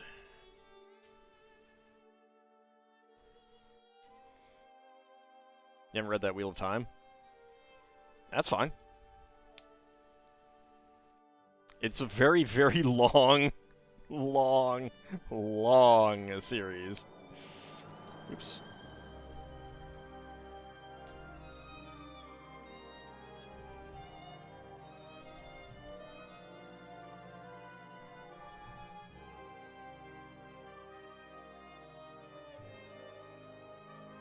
Oh, right, I already got that on there. There we go. Alright.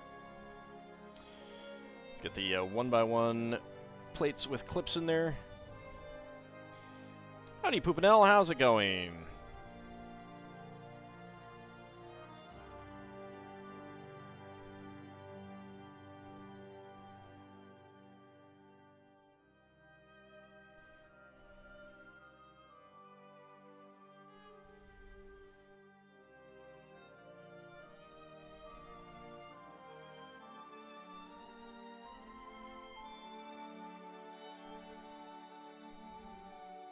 I mean, especially at the time, I wasn't so much interested in, like, kids from our world taken to another world kind of fantasy.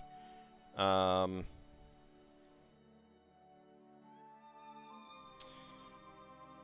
don't know, let's see. What age would I have been most appropriate for reading that, and what was I reading at the time? Probably what you're probably looking at Chronicles of Pryden and other Lloyd Alexander books, which, to be fair, did have some of that kid from our world taken to another world, with Time Cat and the first two lives of Lucas Kasha, I think.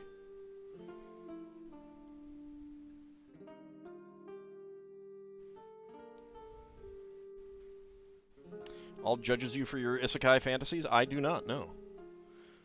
I do not. I just wasn't interested in it. Time Cat, you think you've read that? That's good. It's a good one. I'm somehow unsurprised that you may have read that one.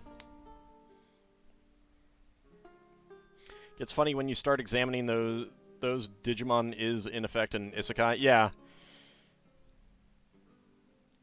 Although the first official isekai was you know, I think, well, no, not even that, but one of the earliest was Aura Battler Dunbine.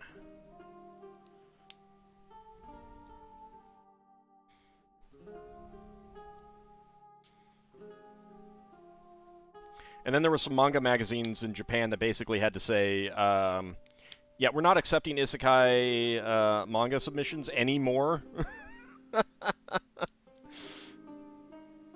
You didn't do a lot of reading when you were young. Didn't really start until your late 20s. I was let's see. I think up until I was 6, I hated it. I hated reading, and then at 6, something switched. Like a switch was flipped, and I absolutely loved reading. I don't know if it was the books that I was reading at the time that I just like devoured, and I don't know if they were what did it. I think in my head, I think I say that it is, but I'm not positive if that is the case. Were the Encyclopedia Brown books. You only read Pryden as an adult, though you did read The High King in middle school.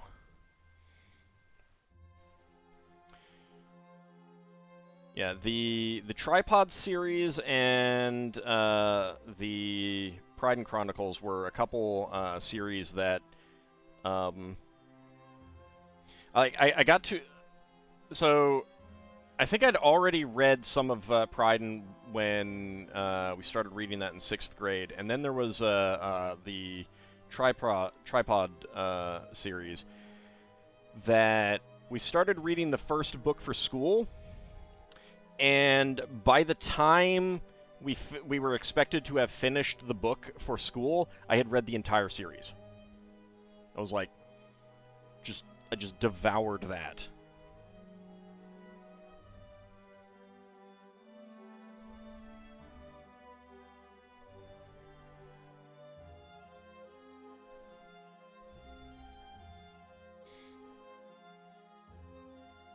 Let's see, get two more of those. There we go. Yeah, I was a big reader once that switch was flipped.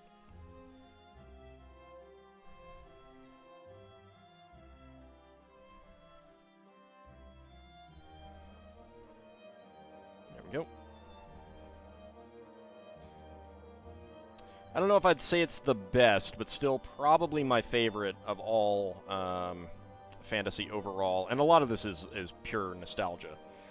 Would be Lloyd Alexander's Pryden Chronicles. It really is a series that meant a lot to me as a kid.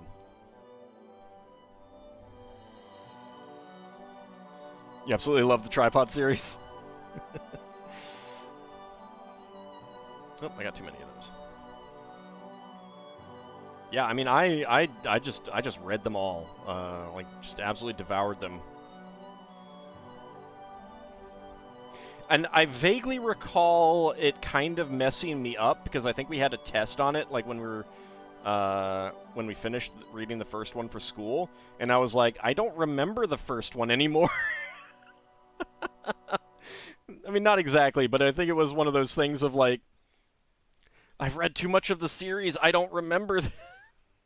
Don't remember what these some of these specific events in the first book were.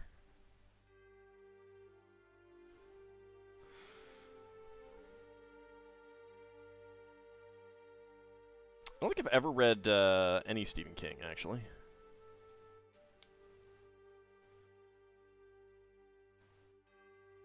Let's see. I read Piers Anthony a lot. I read, of course, D&D novels. Dragonlance, Forgotten Realms. Read some of the Dark Sun, didn't get into it. Can't remember if I read any of the others. School likes to punish you for liking something. I mean, it was more, I mean, that was more my own fault rather than school punishing me. I got ahead of myself, kind of thing. It was my bad.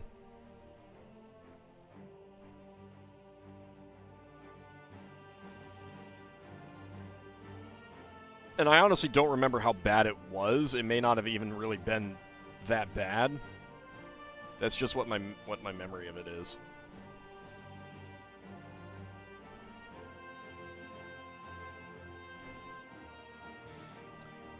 You need to find that last book of the Crimson Pentad.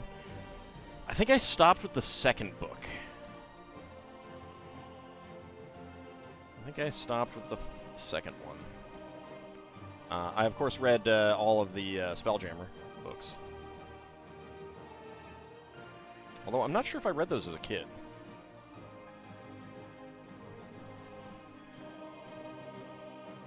I definitely read all of the Forgotten Realms books that I could get my hands on.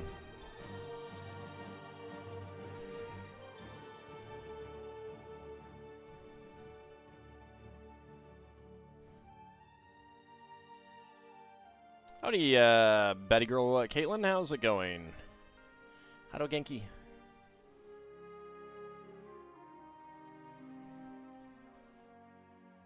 Alright, let's go ahead and get first of these cross-beam sections done. Did I play Pirates of Realm Space as a kid? No, I did not. And I'm glad for that. I'm glad that I did not spend money on that. I would have been very disappointed. Like, the thing that gets me is that they should have used the space combat system from the Buck Rogers games, and they didn't. Like, they should have given the Buck Rogers team that license, and they didn't, and I do not understand why. Do not understand why. Did have quite a few of the Choose Your Own Adventure books. Yeah, I had some of those as well. I don't remember any of them, though. You were into the Babysitters Club, up to around the 40s. Around 42 and onwards, it started getting harder to find in stock. It started getting a little too teen tropey. Yeah, I was a big Hardy Boys reader as well, which was convenient because my father had like most of his old books, and I got to read those. Which, discovering that they rewrote some of them, that was like a wow kind of moment for me.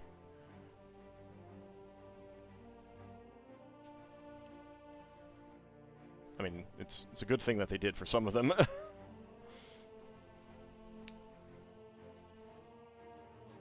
we go. What about Lorraine Williams? Alright, let's go ahead and get all of the candlesticks put together.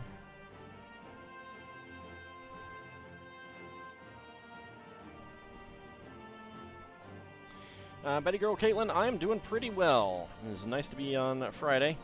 Why they didn't put the Buck Rogers team on Pirates? I don't think it had anything to do with her. That would have been an entirely SSI thing.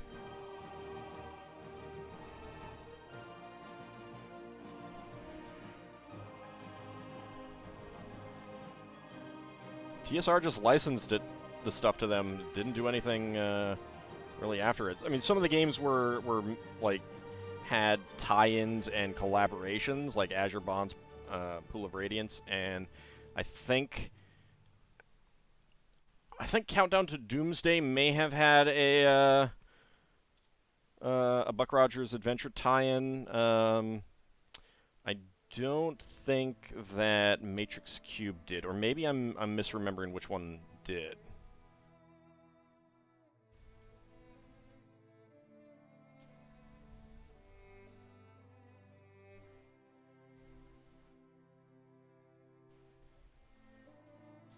That book was a favorite of yours? Yeah, I've heard good things about it. I don't think I read that one. I did not get into, like, non-fantasy fiction much. There we go.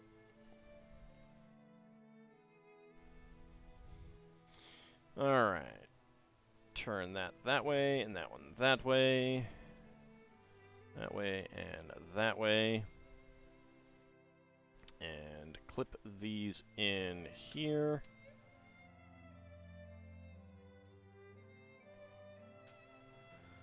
There we go.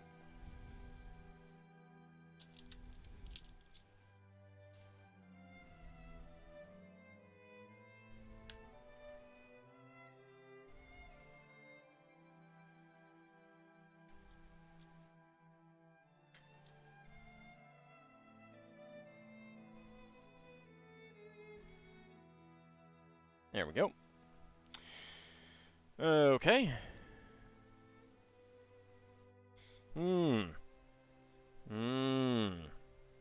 Alright. Fun times ahead. Put that to the side. Horse, sorry, you gotta move to the side. Minifigs, move to the side. Princess Linda, move to the side. Sorry. Time to pull down the base. Alright. Let's go ahead and put these up here, I think.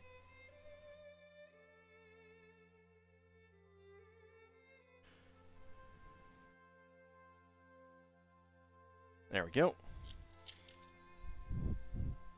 I'm a little bit worried about some of them right there, but we'll see how that goes. Alright. Yep. I thought that might bump something. There we go. Alright. So I have no idea how much of this is going to be picked up on the camera. Let's go ahead and put that back there, and that back there.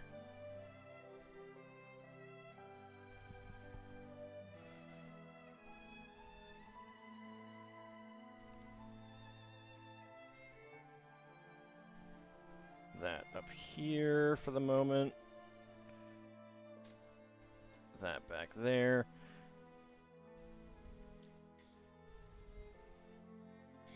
I definitely did read Bridge to Terabithia. Alright, so there we go. We got the yellow one. I guess I can scooch that up a bit. Alright.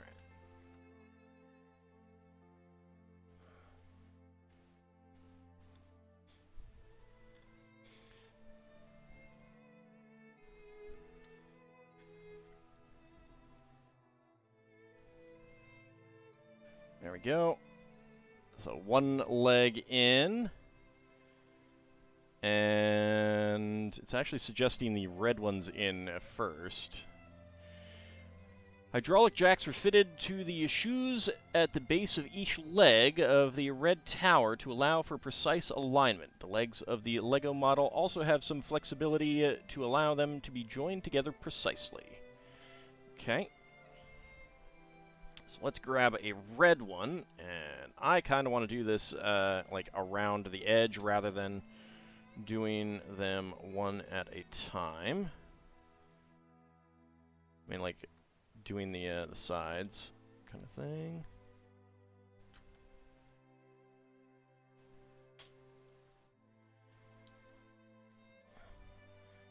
All right.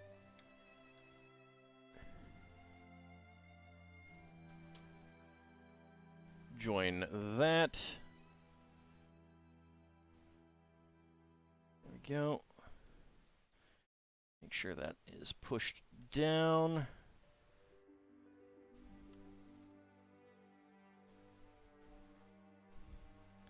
Let's double check to make sure that one is pushed down. There we go. All right.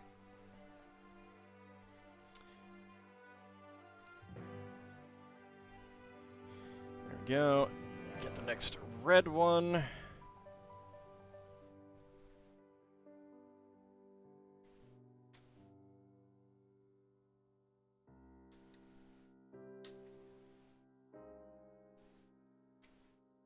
Clip that in.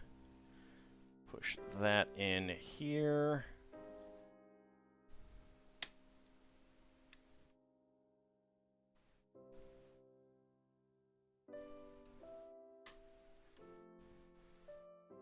There we go. That's down. Just make sure that didn't like pop up on the other side. If this falls apart, will I cry? No. I might curse, but I won't cry.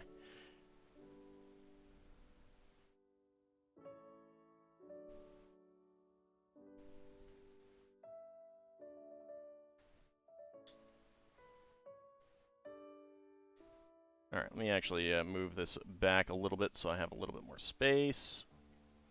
And you guys can see things a little bit more easily.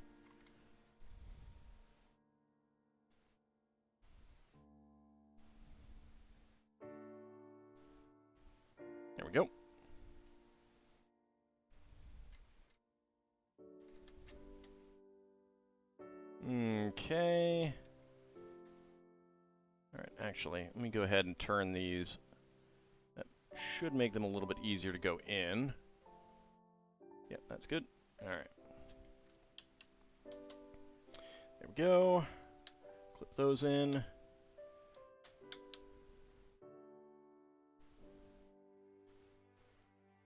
There we go. Alright, now we push down on the leg. The base.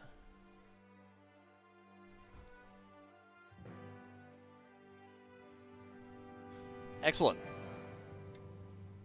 Excellent. That is basically done there. It will be a bad words moment. Actually, it would most likely just be a shoot or a dang or a slightly more explicit version of either of those.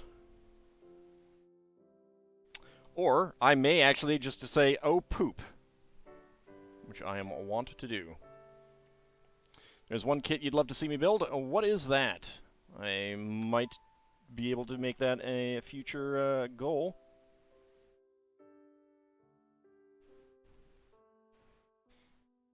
Although if it's older, that tends to be harder. Woohoo, we got the legs up. Thank you very much for those bits. I really do appreciate that. Yeah, just as I thought, we got to the end of the stream just for these to be done. I might actually go a little bit longer, but I don't know. We'll see. We'll see what the next part is.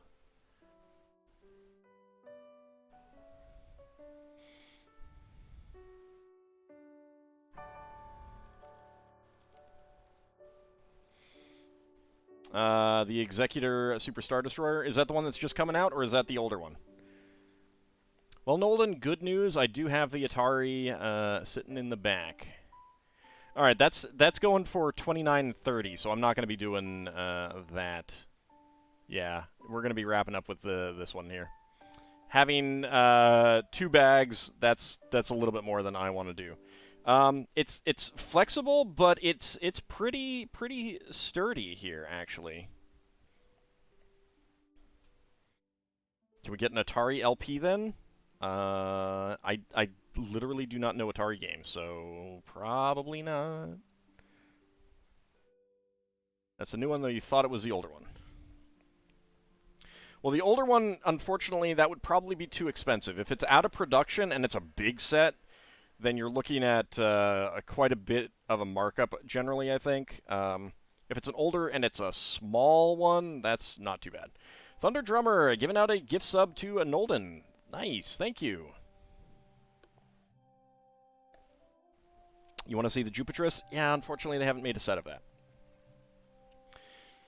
Alright, so I'm going to set this back against the wall and see how this is going to be.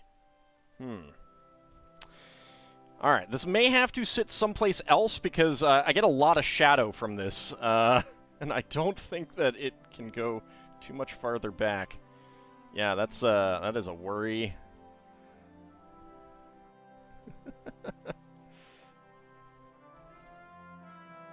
Yeah, this is definitely large and difficult to put someplace. I don't know what I'm going to do with this in between build sessions. Because this is up against the back wall right there. Yeah, it's a little bit on the looked it up on Amazon, approximately 1.7K. Yeah. Unfortunately, old big sets tend to go for quite a bit. Especially Star Wars and stuff like that. Sudden Lego logistics issue. Yeah, I mean, I could just go put it to the side, like on my couch or something, but gonna have to finish this outside. Well, so the good news is that we're gonna get to, like, we don't have too much more to build on this before we are done with this as a modular section. But yeah, like, I may have to, like, put the camera up like this or something like that. I don't know how I'm going to do this yet. Yeah, I don't know. I'm gonna... The Titanic didn't quite have these logistic issues, shall we say.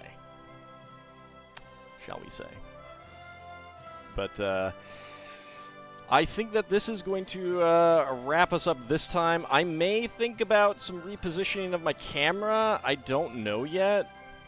All mistakes were made. Oh, no, mistakes were not made.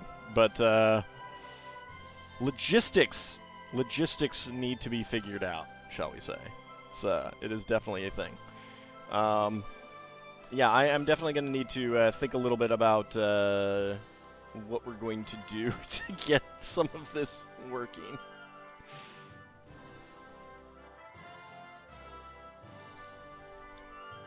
Let's see, where is the... it's down here, okay. But, yeah, I don't know exactly what we're going to do next week. I will figure that out. The thing is like, once I'm done with this section, because it's only going to be like this much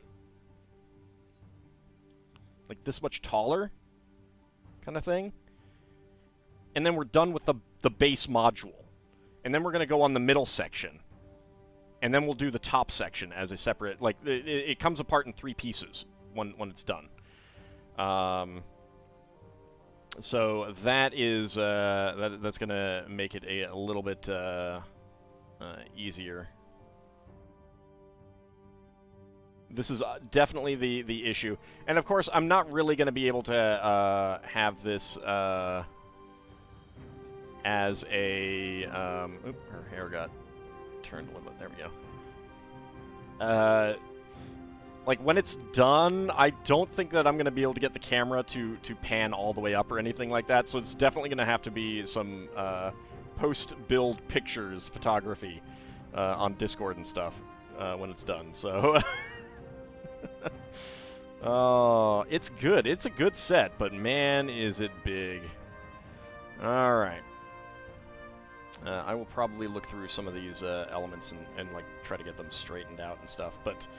for now, I think that this is going to be where we wrap up. I will do some thinking about it for next week. I mean, we don't really have that much left to do on this section. Like, we just scroll through.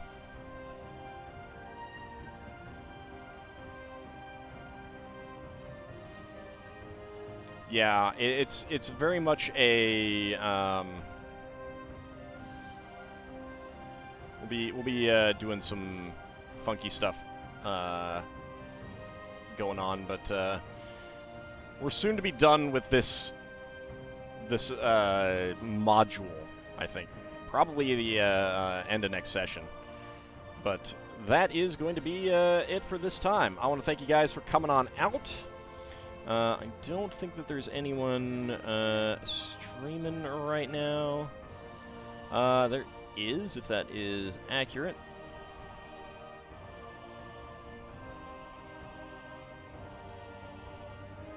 Alright, I have not had an opportunity to raid B-Stands, so I'm going to go ahead and bring him a raid. I want to thank you guys for coming on out. We will be back tomorrow for some more Spelljammer. We will be back on... Is that really gonna... Okay, no, that's just that.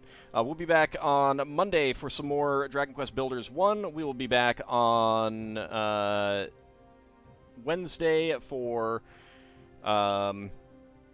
Minish Cap and more Lego building in the evening. And then next Friday we will return to Final Fantasy III and work on this Eiffel Tower some more. So I want to thank you guys for coming on out. Really do appreciate that. And have a good rest of your night. See you next time, everyone.